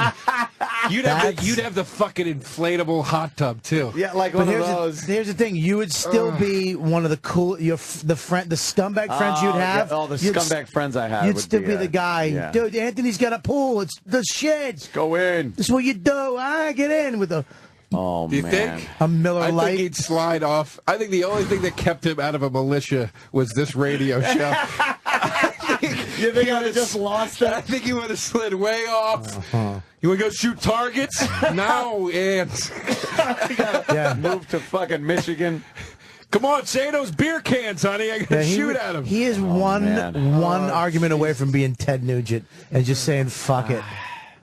I just think that time I don't like that because I know that's exactly where I was on the dart league at the local bar. We used to go like every Wednesday.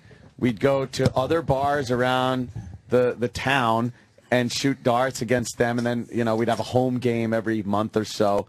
And it was just drinking beers and shooting darts. I want to mush my banana in your face right now.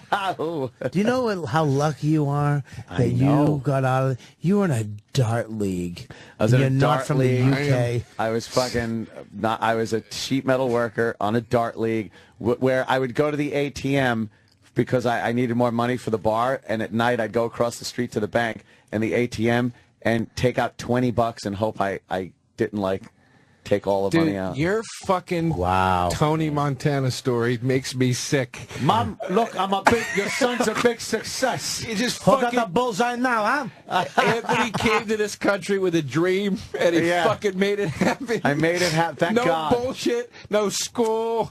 No high school dropout. Just fucking shot right no up. GED even. I didn't even get a GED. You'd have a bad back right now. Oh, I know, from lifting all that sheet metal. Yeah. Oh, God, all cut up. Yeah, you'd know when it's going to rain because of your stupid knees. Now I got city hands, soft hands from counting money all my life.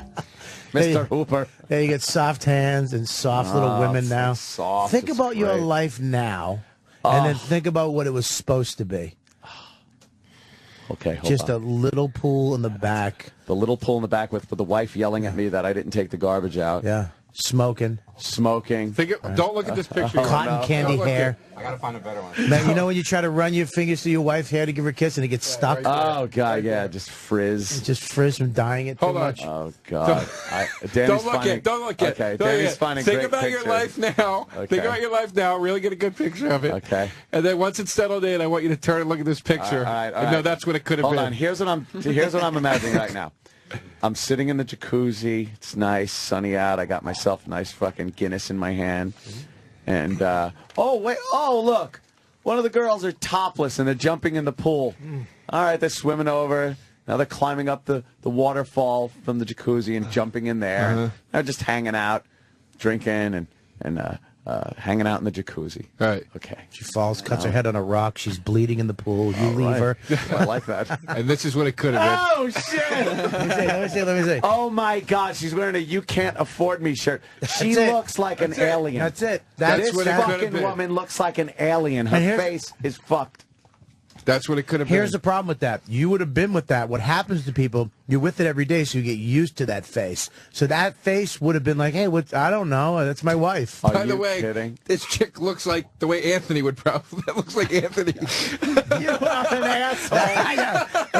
That's what you would look like. She looks like Anthony. If he was still banging God, tin. if I was fucking knocking. Oh, man. That's somebody we know. Oh, no, that's look him. at that. Oh, without the beard. That's, oh. Let's do everybody's timeline. I want to do Bobby's. Let's go around the room, do everybody's. Me and your timelines are the same exact. If we made it or we didn't make it, we would have been.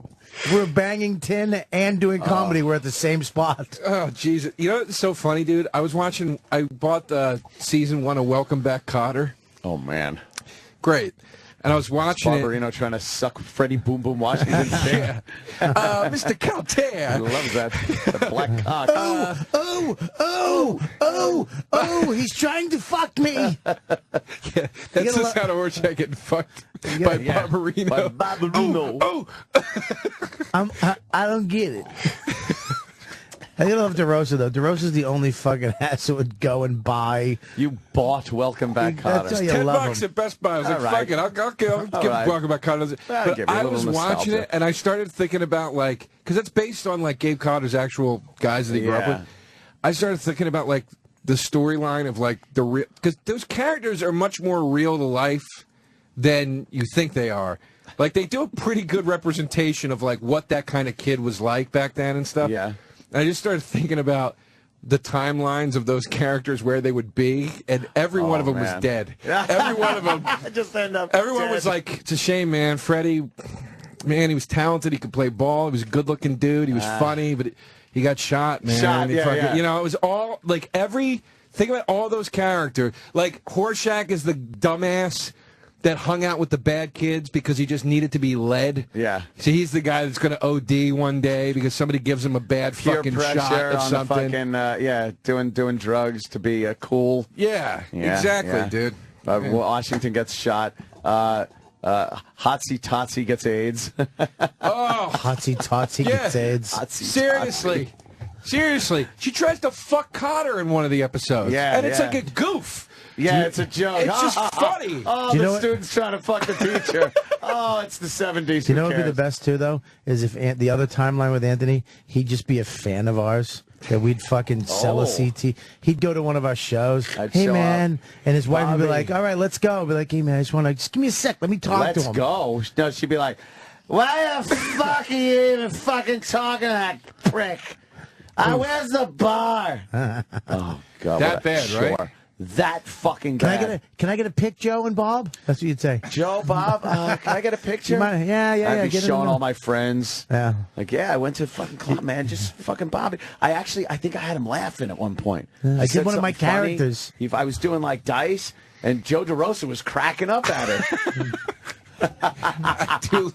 Why are we fantasizing about this when we could just pop up a YouTube video of Ann on Stern back in like 1991? What are you talking about? I was a You never saw fanboy. it? Let me see. I would love to see it again. I was quite the fanboy.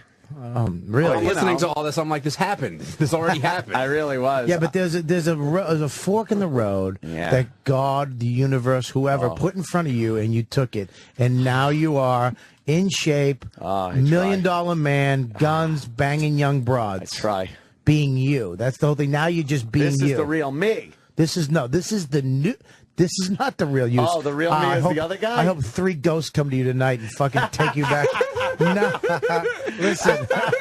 No, this is not the real you. You're not the real you yet. What you're doing now, you're going to have to come through the other side, and you'll be the guy you end up being is not this guy now. You're going to be another guy before you die. Yeah, and you're going to wake up one morning and go. Is it too late to get an AIDS test? I didn't miss it. Young man, run and get me a home AIDS test. You're back in half a minute. I'll give you a shilling. You know, what the fuck would you be doing if you weren't a comedian, I'm though, doing Bobby? Isn't that Bobby? I'll tell you what Bobby be doing.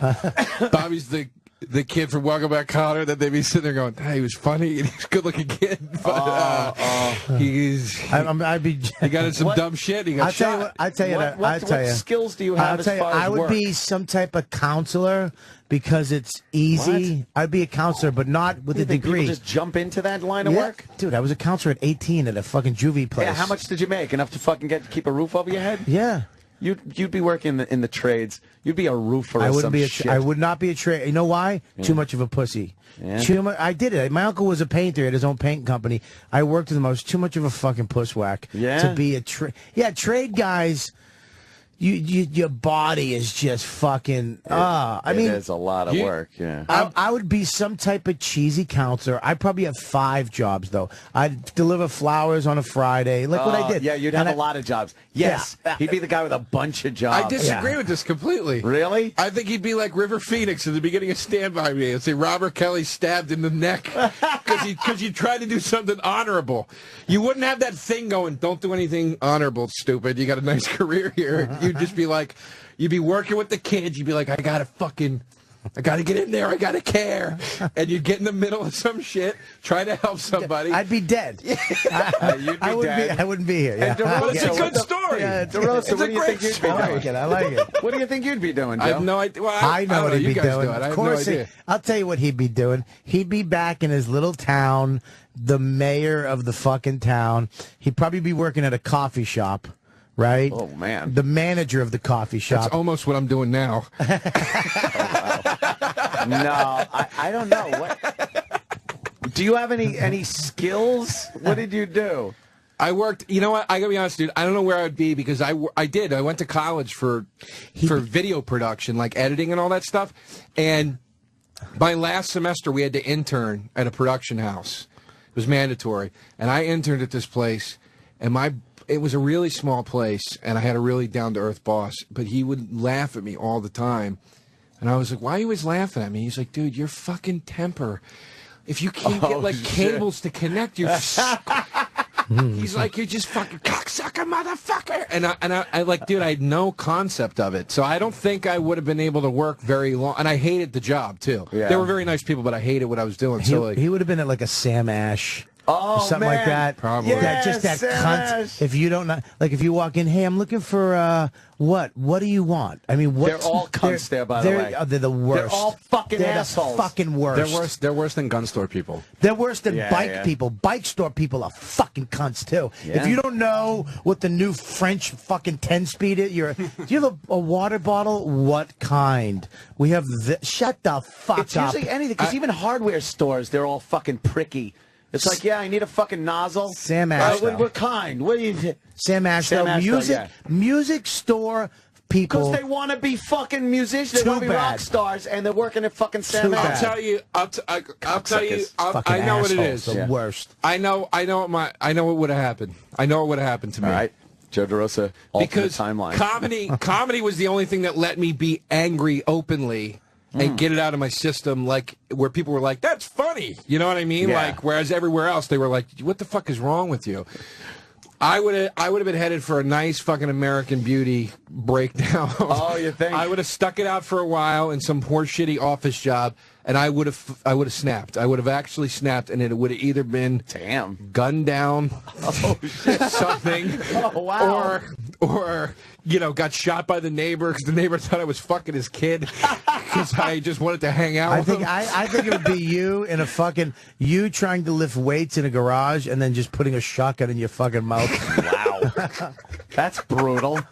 I just picture now the Sam Ash thing I like.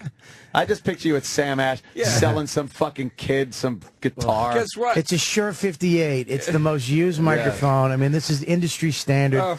SM means look. I need a cable. What kind of cable? Oh, we have a wall of cables. What do you need? Look, I like the Sam Ash thing too, but unfortunately, we don't like where we're all headed in this alternate timeline. I know, because it's not realistic. You would be a fucking garbage can. He'd be dead, and I'd be fucking, I don't know, just getting shot. And you're getting gunned down by the police, by the SWAT team. That's some shit office job. Our fucking alternate universes fucking They're really stink. bad. Do you know what, dude? Oh, they're We get to terrible. go home today and go to bed. Yes. All day. If we want, all day. I'm just going to fucking... I appreciate the take a fans. nap. It makes me love the... You know what? I'll accept one of you douchebags for fucking critiquing me. Because if it wasn't for these cunts, we'd be in our alternate universes. Great. I'm going to go home and nap, and I'm going to wake up, and I'm going to go in the jacuzzi with 2 topless Canadian girls. Yeah. That's what I'm doing. What do you order them? Are they there Dan now? and Anthony. What? Are they there now? Yeah.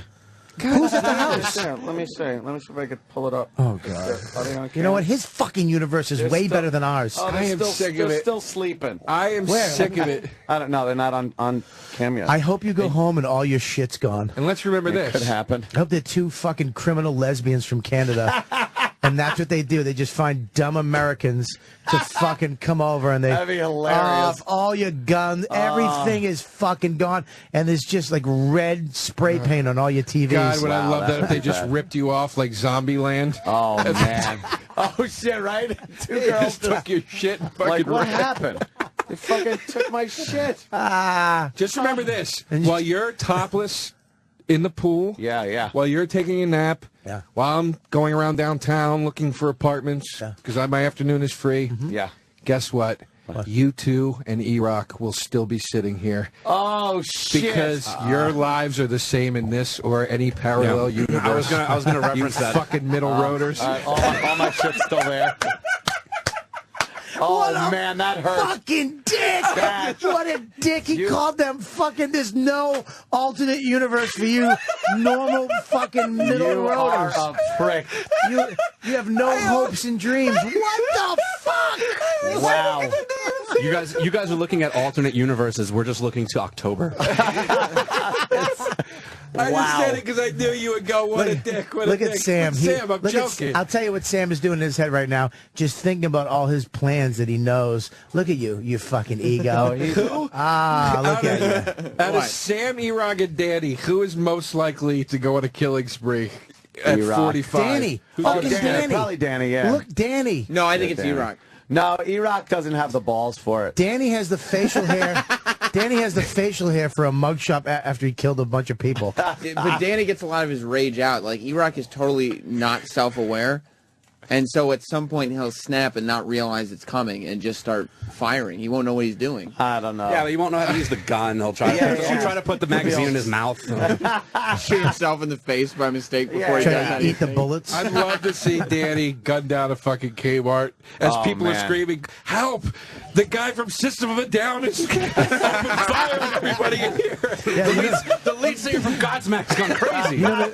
Does he get killed or do they take him alive? No, they take him alive. Yeah? Here's the thing, though. Yeah. They have to All they beat have to up, do though. the sketch artist who'd be like, "What kind of hat?" What, he'd be like, "I don't know. It was a gaze to the side. Just it looked like half a head. He didn't have a full head in the hat. Like All it right, was." we get it. You're goofing on his hat. Did you guys see Bobby's brand new bag that he's been wearing? Oh. Because that should be your debuted. bandolier? I don't have. I have. I still have. bandolier. Bandolier is a shit. And you know what? The funny See how thing I is, got out of that one, folks? so many Good one. people got fucking the bandolier. Like I No, got they didn't. I get email after You're email. lying. It's the best for No traveling. one wants that thing. Joe, you want a bandolier? No. Joe.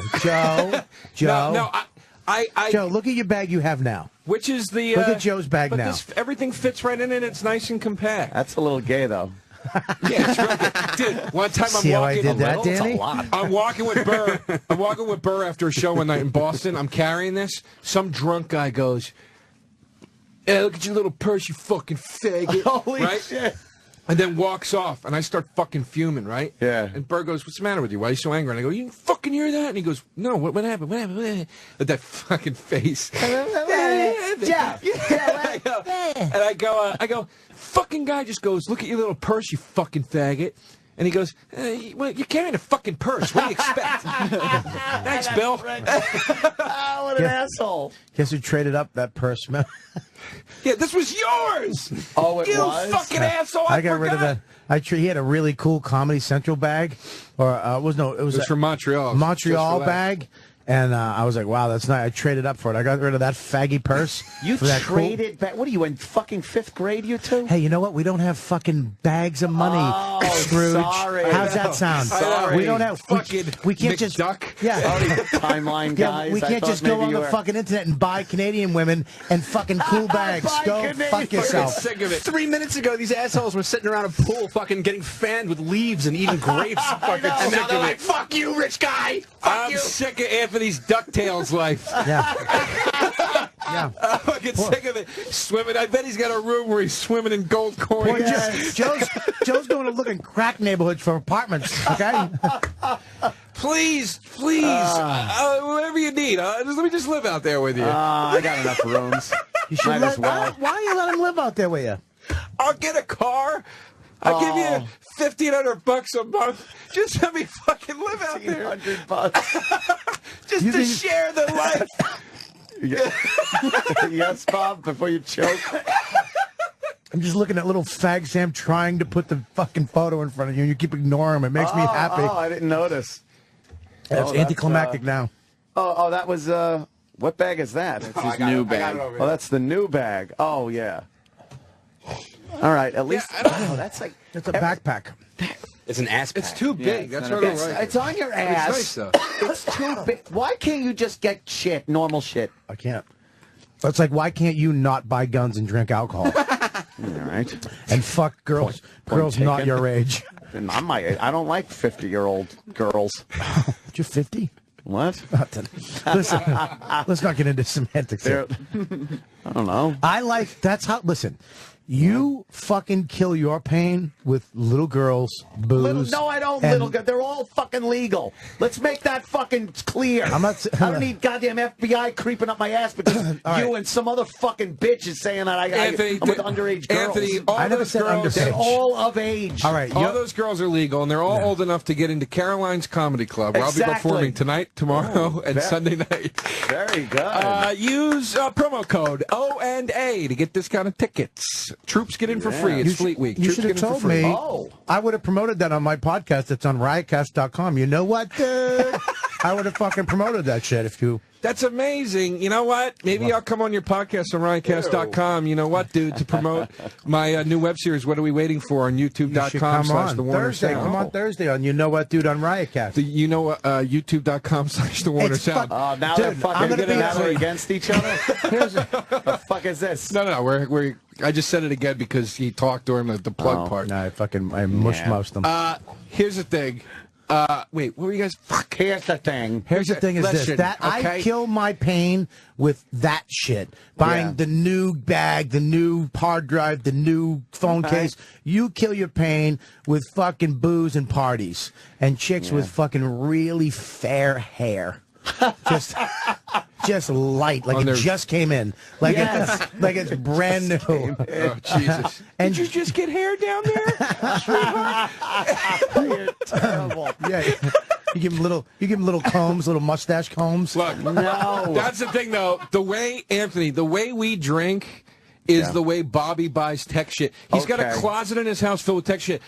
I always give him shit. I go, dude, you throw these. I feel sorry for your gadgets. You throw them aside like they're dirty whores. Oh, man. He had something one week and he goes, dude, it's the best thing ever invented. Look, you flip it like this, you flap it out, you hit this button. The next week, same fucking device, different company. Dude, This is the best. Well, what about the other one? That one stinks. It's blue. This one's pink, dude. I just bought a fucking crazy treadmill.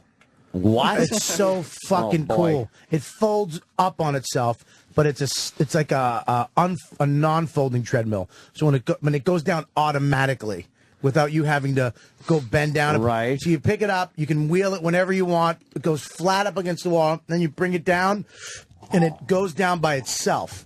But when it locks in, it's like a solid treadmill, not a folding one. Right.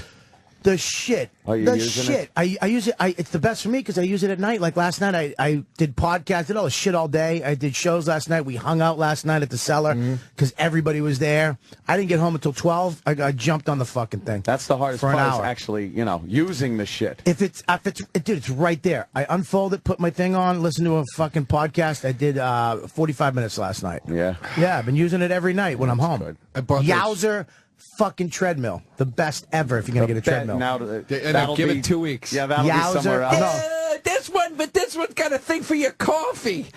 This one has a thing for you if you drink coffee when you work out. Put your coffee in there. Has a fan. Yowza Fitness, you fucking Yowza kid. I bought the. Now there it is right there.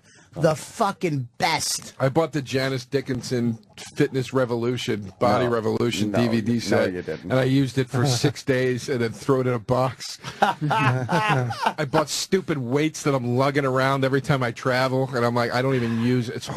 See, another part of the recent timeline, the modern timeline, is the trainer. See, because I wouldn't go to a fucking gym, I wouldn't step on the treadmill, I wouldn't do anything unless someone came over and threatened to beat me up unless I started fucking working out. Yeah, that's the only way I do it. Well, if I had an extra room in my house, with I had to get the fucking folding treadmill because I live in a fucking midtown Manhattan. You choose to live in New York City, my friend. I can't Very live. expensive. I can't live where you live. That $4.95 is the fucking You're right. worst. I'm lucky because the times I drive in and out of here, it's not as bad. The fact that they don't have a better way to get out to where you live sucks. Take the choo-choo. Fuck the choo-choo. Take the choo-choo in every day. Is that what you tell them when they're coming in? Take the choo-choo. We're coming from Canada. You're an asshole. Oh, Jesus, dude. When this You show... give them snack packs on their way back.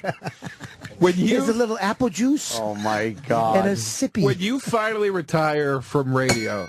Yeah. Nice the one. fuck was that? Round one? What was that? Roland did something.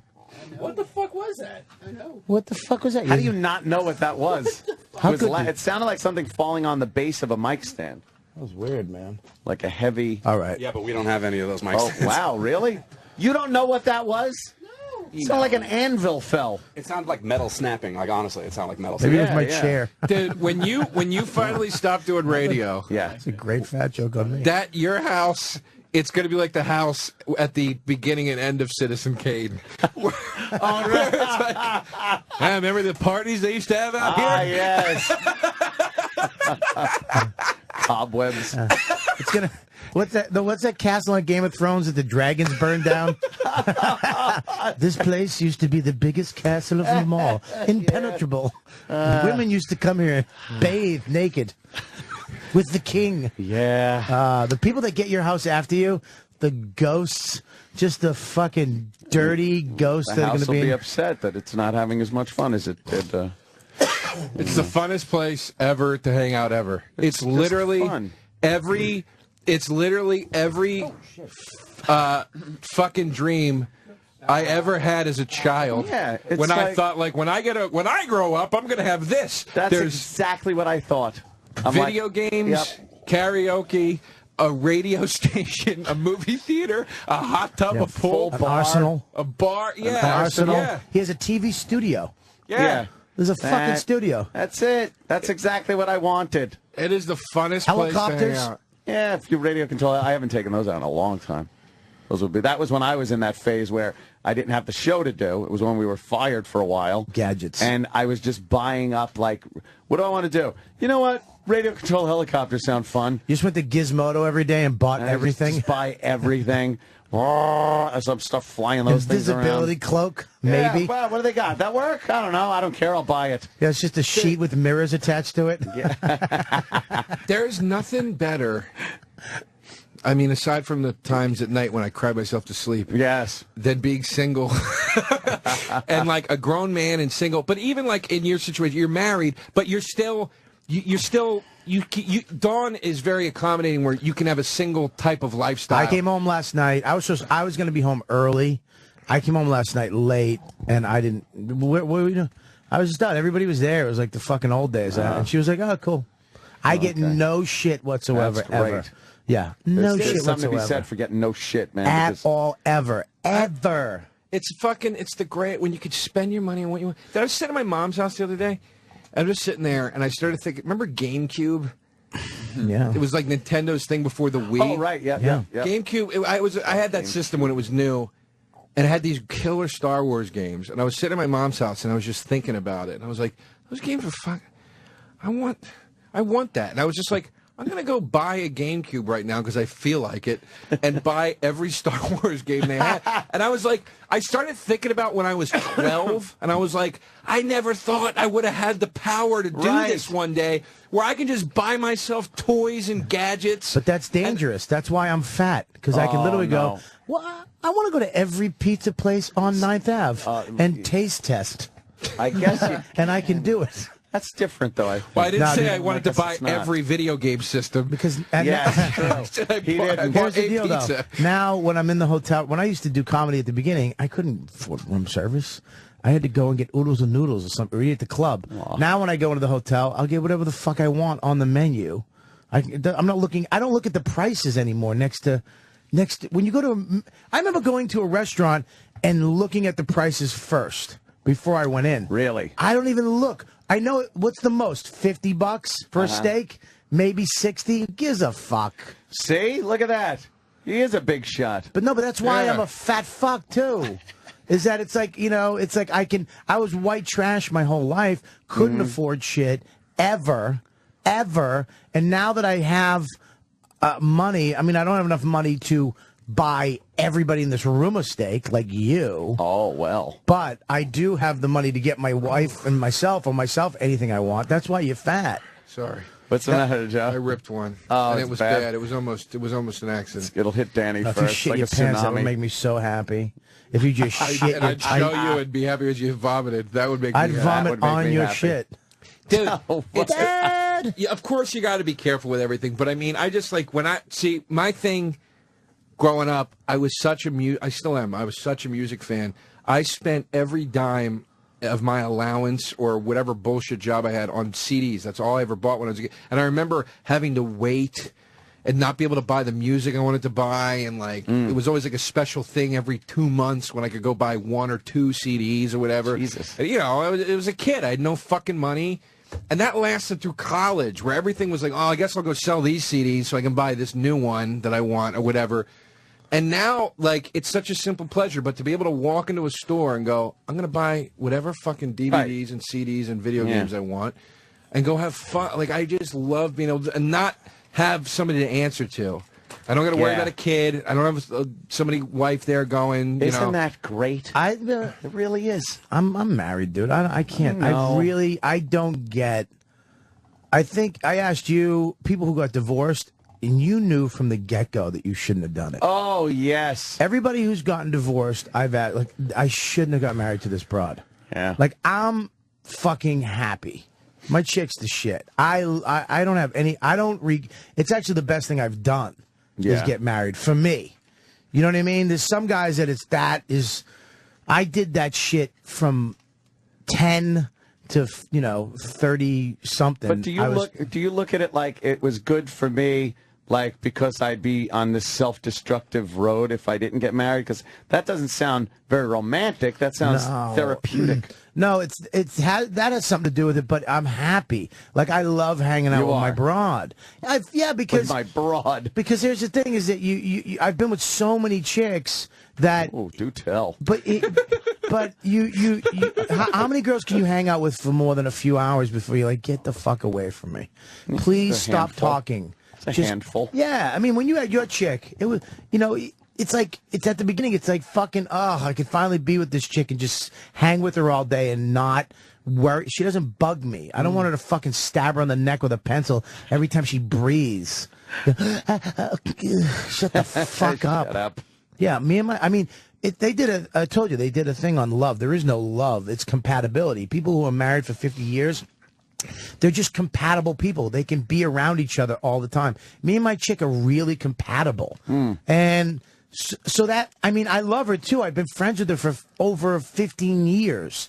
So you put all that shit together and there's a relationship and I'm happy in it. I'm fucking happy. Yeah? Yeah, I'm happy. Sure, I'm going to go to your house Saturday night and fucking avoid blowjobs at Blowjob Alley. I'm going to have FaceTime on the whole time with my wife. Help me. Blowjob Alley.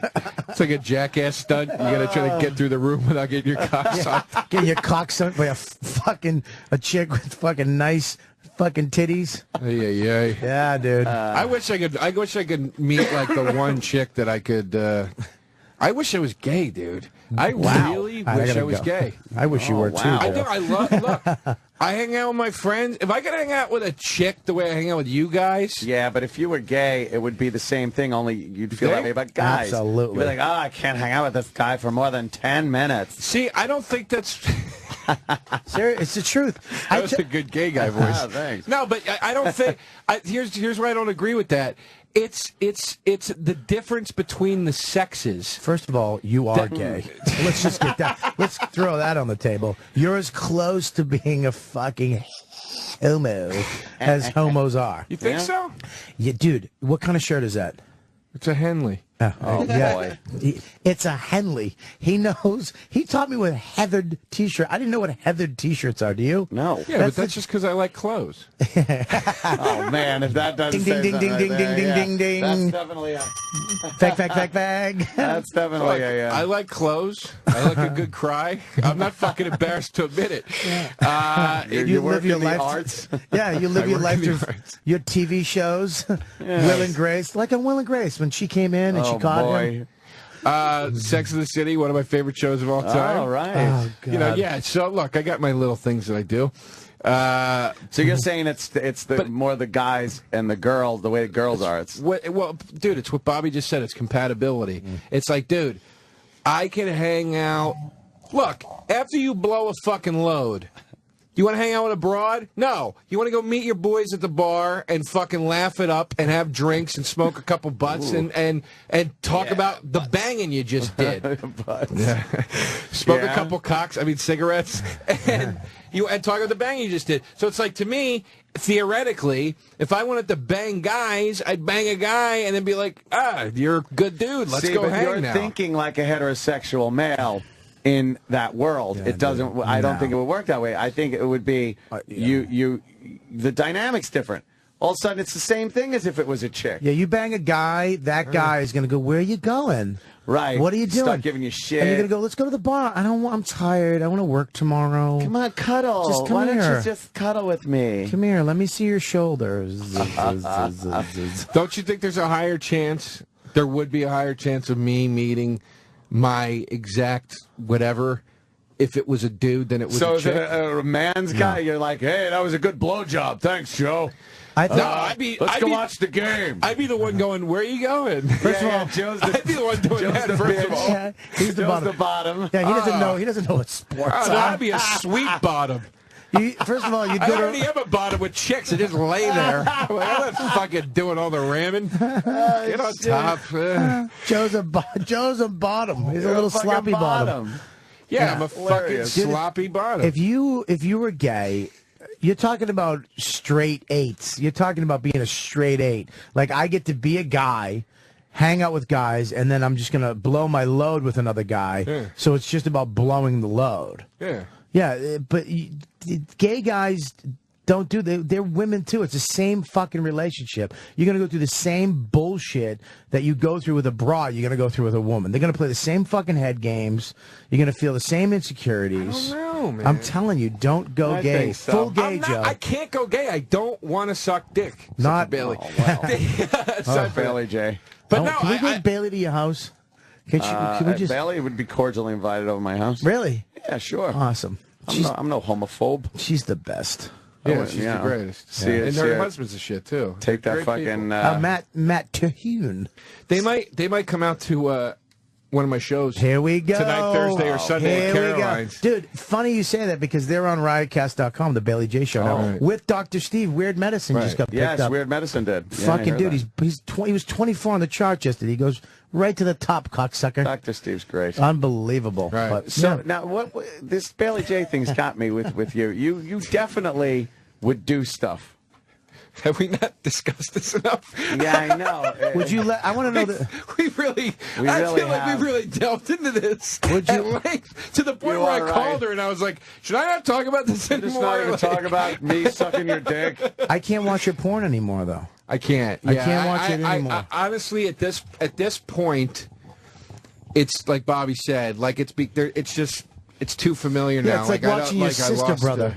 Yeah, Sister I lost brother. I lost the urge. What about like coming in your mouth? What if Bailey J wants to come in your mouth?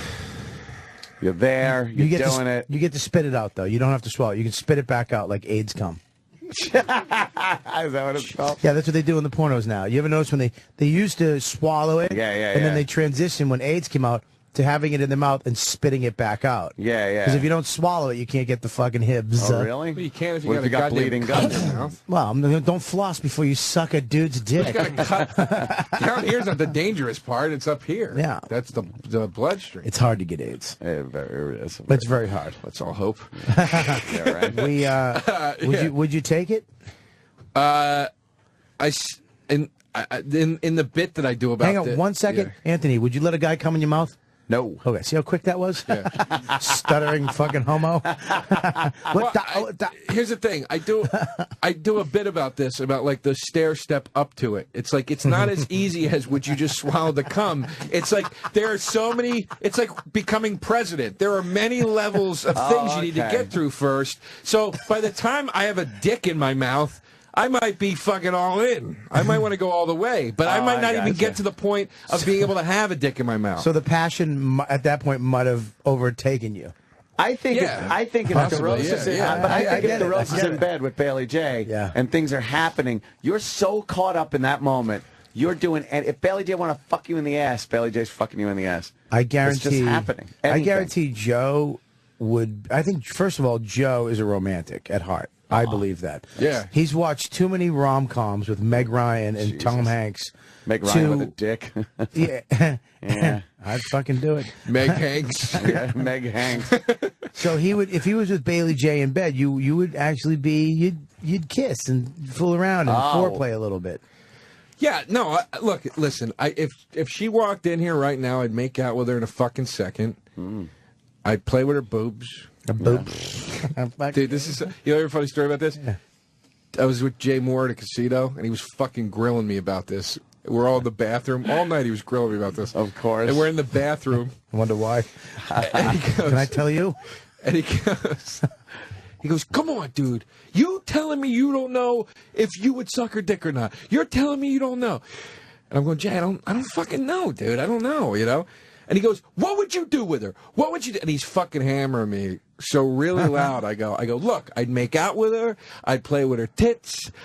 And right as this black dude's walking out of the stalls, I go, I'd let her bang me in the ass. And fucking Jay ran out of the bathroom across the casino floor. Yeah, he had to get as far away. Yeah. He's laughing. And I was chasing him. I go, what are you doing? And he's going, you just said bang me in the ass in front of the guy in the bathroom. What does he think we're fucking doing in there, man? But I got to be honest with you. I'd be more open to an ass banging. Wow. Than you would to sucking. I'm sorry. I'd be more open to an ass banging than a blowjob. No, not me. Than you would to sucking Bailey's dick. Dude, you'd take it in the ass before you'd put it in your mouth? From a chick, I would. Really? But I mean, I don't know, theoretically. And you like after it's done, there's coming out of your ass. You're I'm like, gonna wear a condom, Anthony. Let's not get carried away here. He's not going to be. Yeah, he's going to be safe. Jeez, don't. You are not. Don't make him into a whore. You are a whore. I mean, if I don't wear a condom, that's gay. How is that? I don't know. That's Joe. And he pulls some fucking picture up of some guy with a beard. Pull up Bailey J. Can I see 5 Bailey o'clock J? shadow. Joe's a sissy. He's a sissy boy. A sissy boy, yeah. Joe's a sissy boy with a 5 o'clock shadow. They're the guys that don't go all out with the makeup and the actual grooming. Now, not that's too old of a that's picture. too 'Cause old, she doesn't dude. have the full on. That's when she was a Japanese boy. Japanese boy. That's when she was a Japanese boy. That fucking hold on. Is that a good one? Get a good one. No. Why not? Yeah, hang she's on. pretty there. But That's I mean, a good one, but hang on. Look, She's she's pretty there. got pre coming out to me. That's a good one. Dick. Hang on. I gotta find. Yeah, Get a good one. I thought I did. Bobby's getting all excited over And there. here's a good one. She's spreading her butthole open. Oh, there you go. Joe. There's what you want. Oh, no. Oh, man. That's okay. This is There you what go. happens. What's that one? That's a good one. Oh, what about that? There you go. Now, Joe, I gotta we're be looking. honest, the first thought that popped in my head was I wanted to kiss it.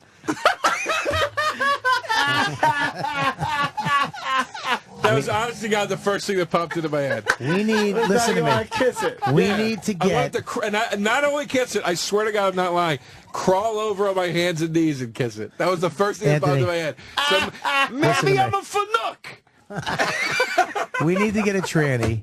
We need to hire a tranny to come to one of your parties. Yeah. A hot tranny. Not Bailey J because he's friends. A hot tranny, and just leave her in one of the rooms for Joe. Like if he wants So to. Joe can crawl over on his hands and knees and kiss it. He'll actually have to. Find he'll anybody have, as No, hot that's as just her. it. See, He'll it's got, I know, Joe. It's got to be Bailey. he'll have to crawl over me and Norton, Yeah. It's like, wait a minute, what's happening? pulling each other's Kissing the feet out back of the room. Jimmy's head.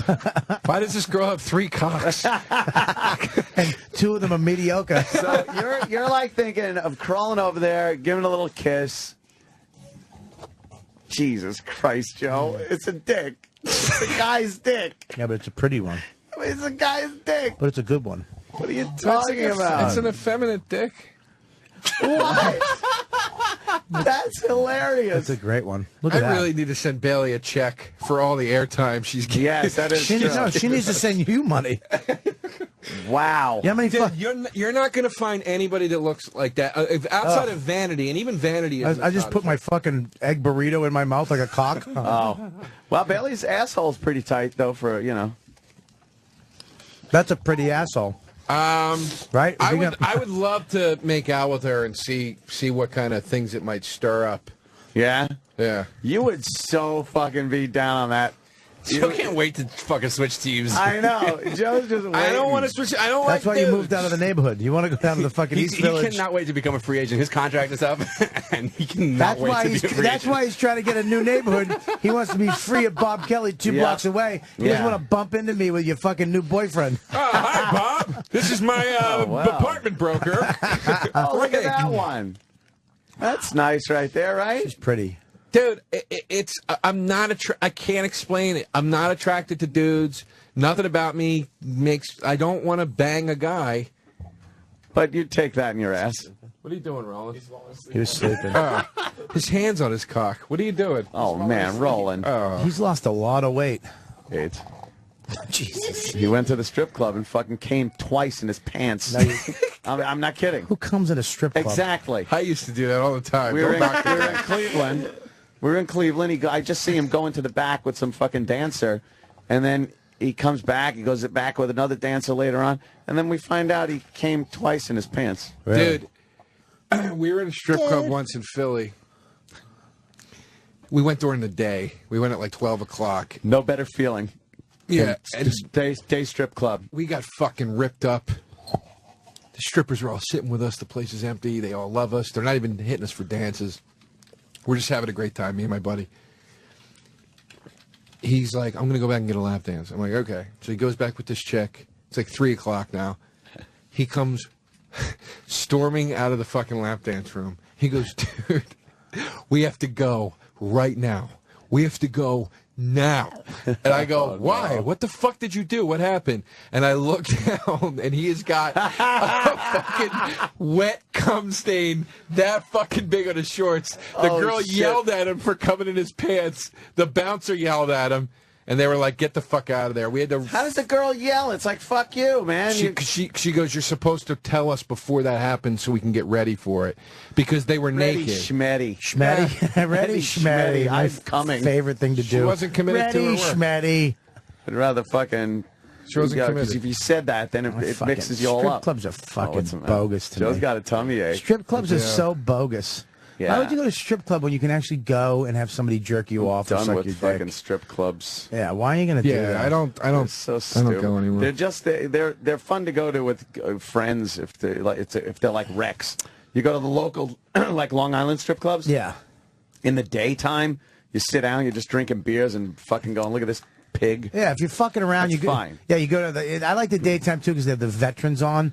Like she's around 42. Oh, she yeah. comes out with a cave woman uniform. She has an Disasters. outfit with a plastic club. Yeah. She does like a little thing. Nothing beats leaving a strip club when it's still bright afternoon out. You make that thing like you just came out of a cave. You're like, you can't. Your eyes are adjusting. I don't mind. I don't mind Whoa. if for shits and giggles, but I hate going to strip clubs to get off. No, That that's fucking blows. That's ridiculous. So I'd save my $100. Go to Backpage and get somebody to come over and do a nice sliding session. Yeah. Sorry, I was looking at Bailey. I agree. Oh, she's hot. We got Bailey movie going here. I wrote a joke. I don't want you to think I stole it just now. I wrote a joke about what you just said. What, sliding? No, about the old the fucking A-team of strippers when you go at like 11 a.m. Oh, yeah. How it's like strippers are like the opposite of athletes. Like you don't send your fucking A-team in first. They go in real That's in the late. book. No, you Is just that in go. the book? Yeah, I wrote it in the book. Jeez. You go with you the did shitty steal ones. it. You fucking read my shit in the book. I guess that's where I got it from. Yeah, there you Sorry. go, Joe. All right, I won't do it anymore. By the way, Bailey's jerking we off. have a book coming out. Oh, yeah. Oh yeah, We yeah. got to get you a copy. I know. We gotta get I you a got copy. I got a little story in there. You got a great story in Yeah, there, that's a dude. fun one. Yeah. Fucking great story. That's one. That's one of them that's over the house right now. Is the one from the closet. No. Yeah. She Wow. is a fine piece of work. Yeah. I don't know what she looks like. I want to see her. Oh. I imagine in my head what she looks like, hiding in a closet. Oh, wait a minute. I think I got. So yeah, talk about the book you got coming out. The book is coming out. The book is coming out as we watch Bailey J jerk off with I know, Benedict we're all and looking at other jerking stuff. off. Yeah. It's called Cheat. Yeah, it's coming out October, beginning of October. Yeah, I think in the first week or something. And all you cocksuckers who've been trying to see the movie, it's gonna. If you buy the book, you'll be able to see the movie. Yes. We're working it out, so it's going to be available. It's me, Bill, man. Joe. Yeah. Billy's got a giant heart on now. And there's people, we wrote the book, but then a lot of people contributed Like Anthony. some content. Yeah, about Yes. Opie. Opie, Anthony, Voss. Yeah, Jim couldn't Keith. because he's writing a book, another book himself. So Yeah, a lot of Colin. Colin. A lot of great people contributed some stuff, some really funny stuff to the book, and it's funny, man. And we actually we had to send it out to get quotes. Yeah, these blurbs. The thing on the back of the book that says, riveting, hilarious. Those things. Riveting, hilarious. Says so and so. And some of the people we sent it to were like, I can't give you a quote. Wow, why? Yeah, because it's too fun. We did not hold. We wrote this book funny, but we didn't hold back. It's really how to cheat and get away with it. Like we Nothing wrong tried with to that. really. Yeah, but when you're on a fucking network show, you really can't get behind this book. Okay. Yeah, because we call women for what they are, and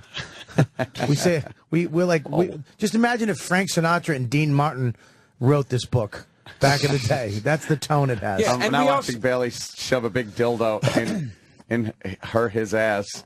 Look at that ass. Oh man. We also tight little butt. If you saw that, just take the seam of her balls and make that a vagina lip. And right there, look at that. If you saw that and it was just a big puffy man. pussy, would you be good with that? fucking great with it. Anthony? Not you homo. Oh, wow. You mean if the ball bag was a pussy? Yeah, look at Oh, it. Just yeah. stop. 1 second. Look. Yeah, that's a pretty big fucking step, though. Not for me. She's spinning it like a doorknob in there. If she shoots that out like a fucking That'd be great. rocket. See, like though, look at the taint. That's a ball bag. That's not a ball bag. Is there moaning? That's a pocketbook of fun. She moan like a girl? Sweet goddamn it. I was not going to pick up. You don't That's understand not how me. I That's not us. That's Norton. What is it? I guess. What are you doing? Oh. Fucking Great. Sam. Sam only cares about his show. I know. You only care about your show, Wow, dude. Billy You would J's never doing some fuck up. fucking Real nice, Sam. Yeah, real nice. good job, Sam. penis Danny had something calisthenics. else on. That's fucked up. The man. Hang on. Right, is that it? Oh, there we go. Oh, that's good. That's not it. That's the one. She sounds like a girl.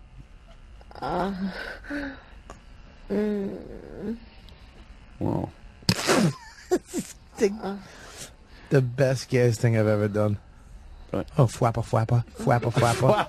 Flappa. That's what I call that. She's flapping her cock. Yeah, when they whap Yeah, it back she's and forth like jerking off. it's like a little silky terrier dog tail. Flappa, flappa, flappa. She's happy. What's the matter, Joe? I love her. You're getting fucking. I love in her. love. Take back what I said that I was over it. I'm not over it. Joe's in love, man. I'm not over But her it. husband's the nicest guy ever. He's the greatest. Oh, man. he's awesome. About the husband who cares. Typical Anthony. Who gives a shit? Fuck him. Fuck up. Who gives a shit? Get in there and suck that dick, Joe. Fuck him. Suck his dick to get to that dick. Now there's the question. Christ. What if you could Yeah. get to Bailey J but through a husband? What do you mean? What do you mean? Like, did I have to like hook up with her husband first? He'd have to be there. Watching or participating? Well, a little both. Oh boy. Not participating. Shit! Look at that big load. But if he was like, I right gotta into be there. Joe's mouth, that big load would have just gone right in your mouth. Joe. Pull that back. Show Joe what that load would have been like. I backed it up so here we that Joe go. could experience the whole Joe, thing. here it is. There it is right here, Joe. This is what you'd be doing, ready?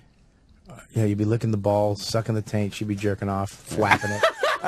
Joe's licking the screen. I'd love it. Oh, here we go. Here it is, There you Joe. go. Watch, here it is. Here it is. Get it, Joe. Hang on. Get it, Joe. Feed it to me. Ready? Here it comes, Joe. Here Ready, it Joe? comes. Here it comes. Bailey's gonna fucking. Yeah. Bailey's ready to shoot. Come on already. This is uncomfortable. Hang on. Keep going. Here it comes. Oh yeah. Bailey's ready. I think it came out. No. There it comes, right here. Oh, here we go. Here we go. Here we go. Wait a minute. Come on, Bailey. What are you waiting for? Oh, here it goes. Oh, God. Oh, man, there it is. Whoa. Oh, look how adorable she comes. And then she takes her, Anthony. Then she takes his Henley shirt and then wipes her dick with his Henley shirt. His Henley shirt. I didn't want to tape because I don't want that on the internet. I was just standing there doing that. I took a photo. You were videotaping. That's why I was doing that. Even I don't want to put that out there on the internet, man. Joe. Because you're gonna get a gig someday for some channel, and that's gonna pop up. Yeah, that's I don't need that. I don't want your kids and your wife someday, because you're gonna get married someday. You're gonna be over this homo phase. That's quite the cummy dick right there. My wife will go, "You never sucked my dick like that." Oh man, now she's licking up the cum from the. What's the matter, Bobby? Look at Bailey lick it up. Why would you? What kind of camera is?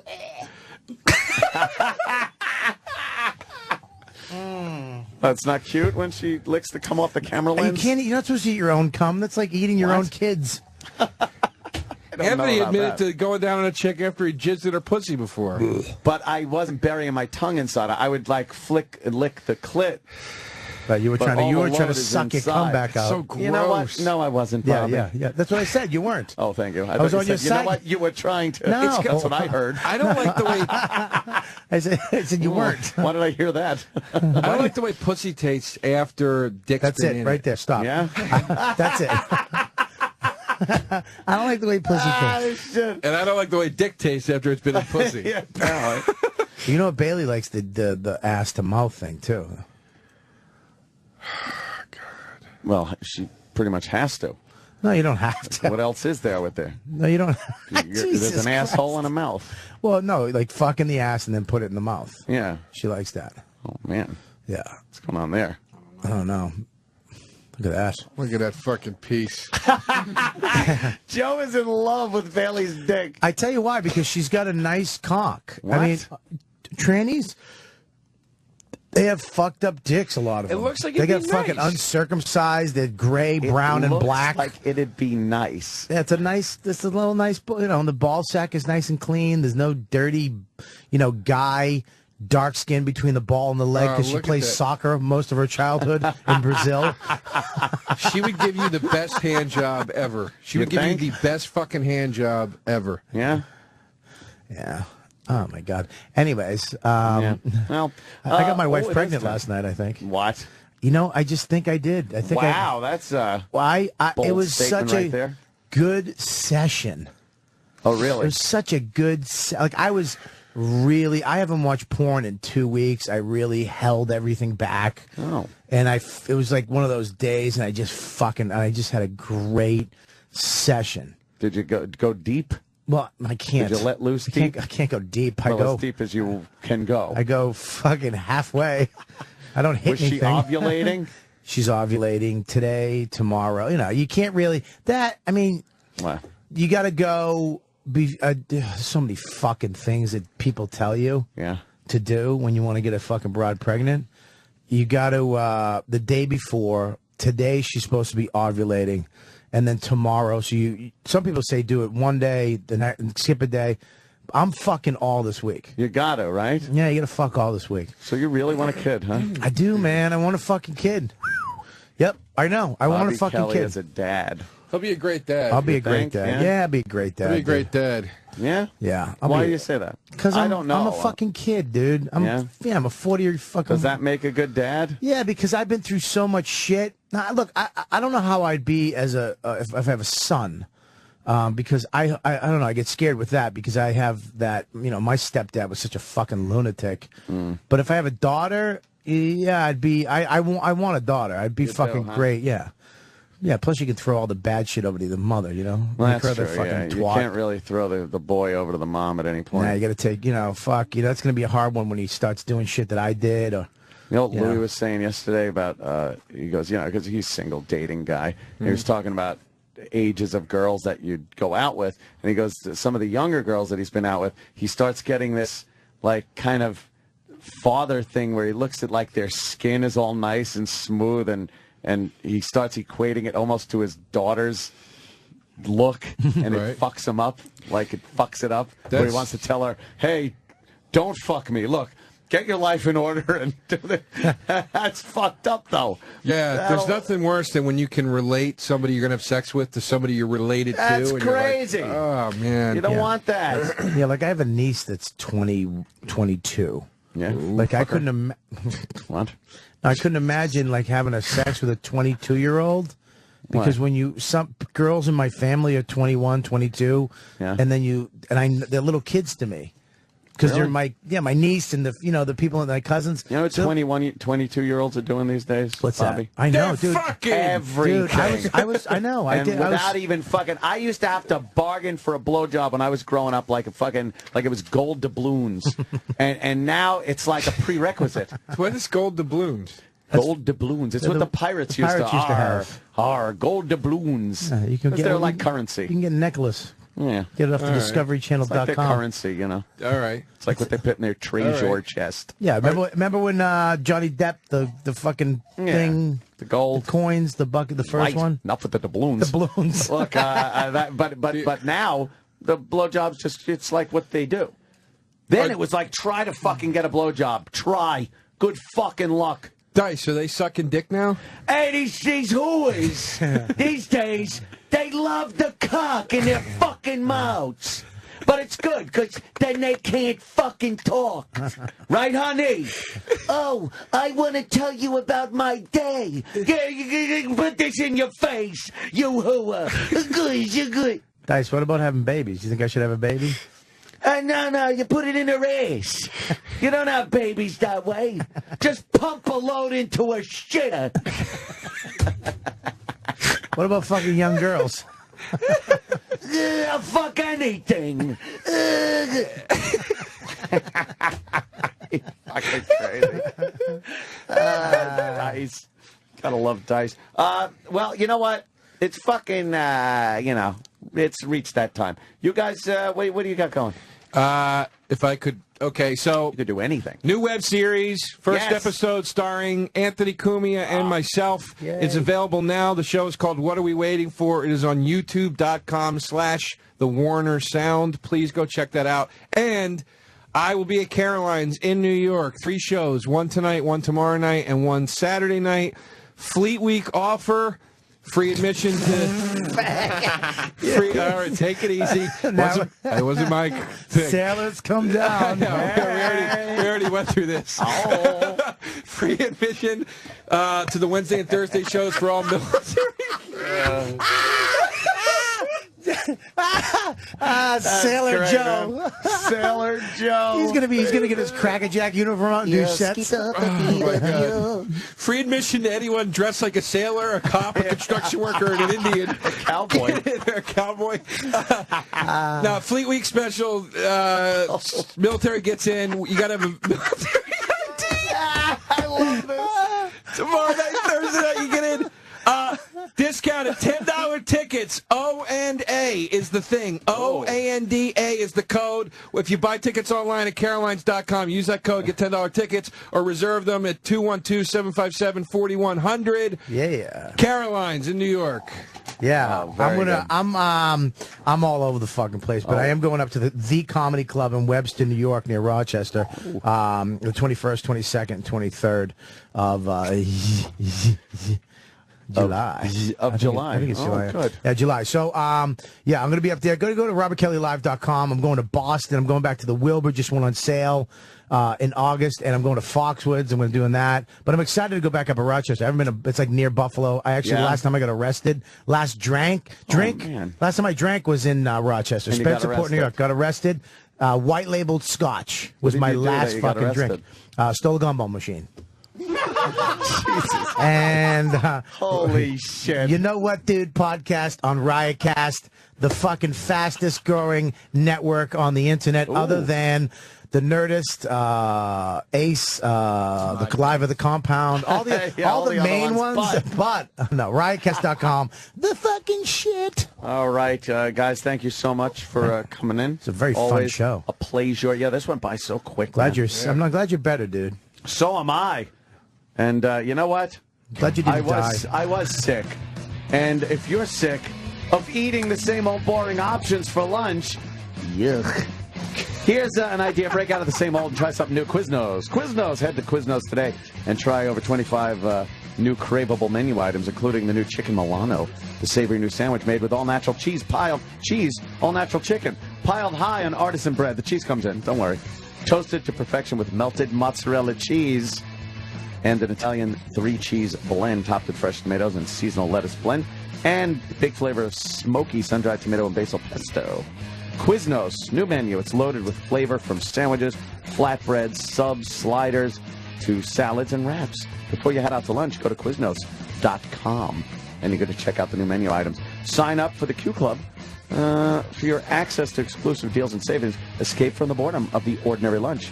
Head to Quiznos today and try one of their over 25 new menu items. That's later. Like the new Chicken Milano on that favorite artisan bread. You're going to feel like your mouth just took a trip to Italy. Yes, yes. Quiznos. Toasty. Hey, we'll see you tomorrow, everybody. The Opie and Anthony Show is pretty much over. But if you feel like sticking around, after O&A Live is next.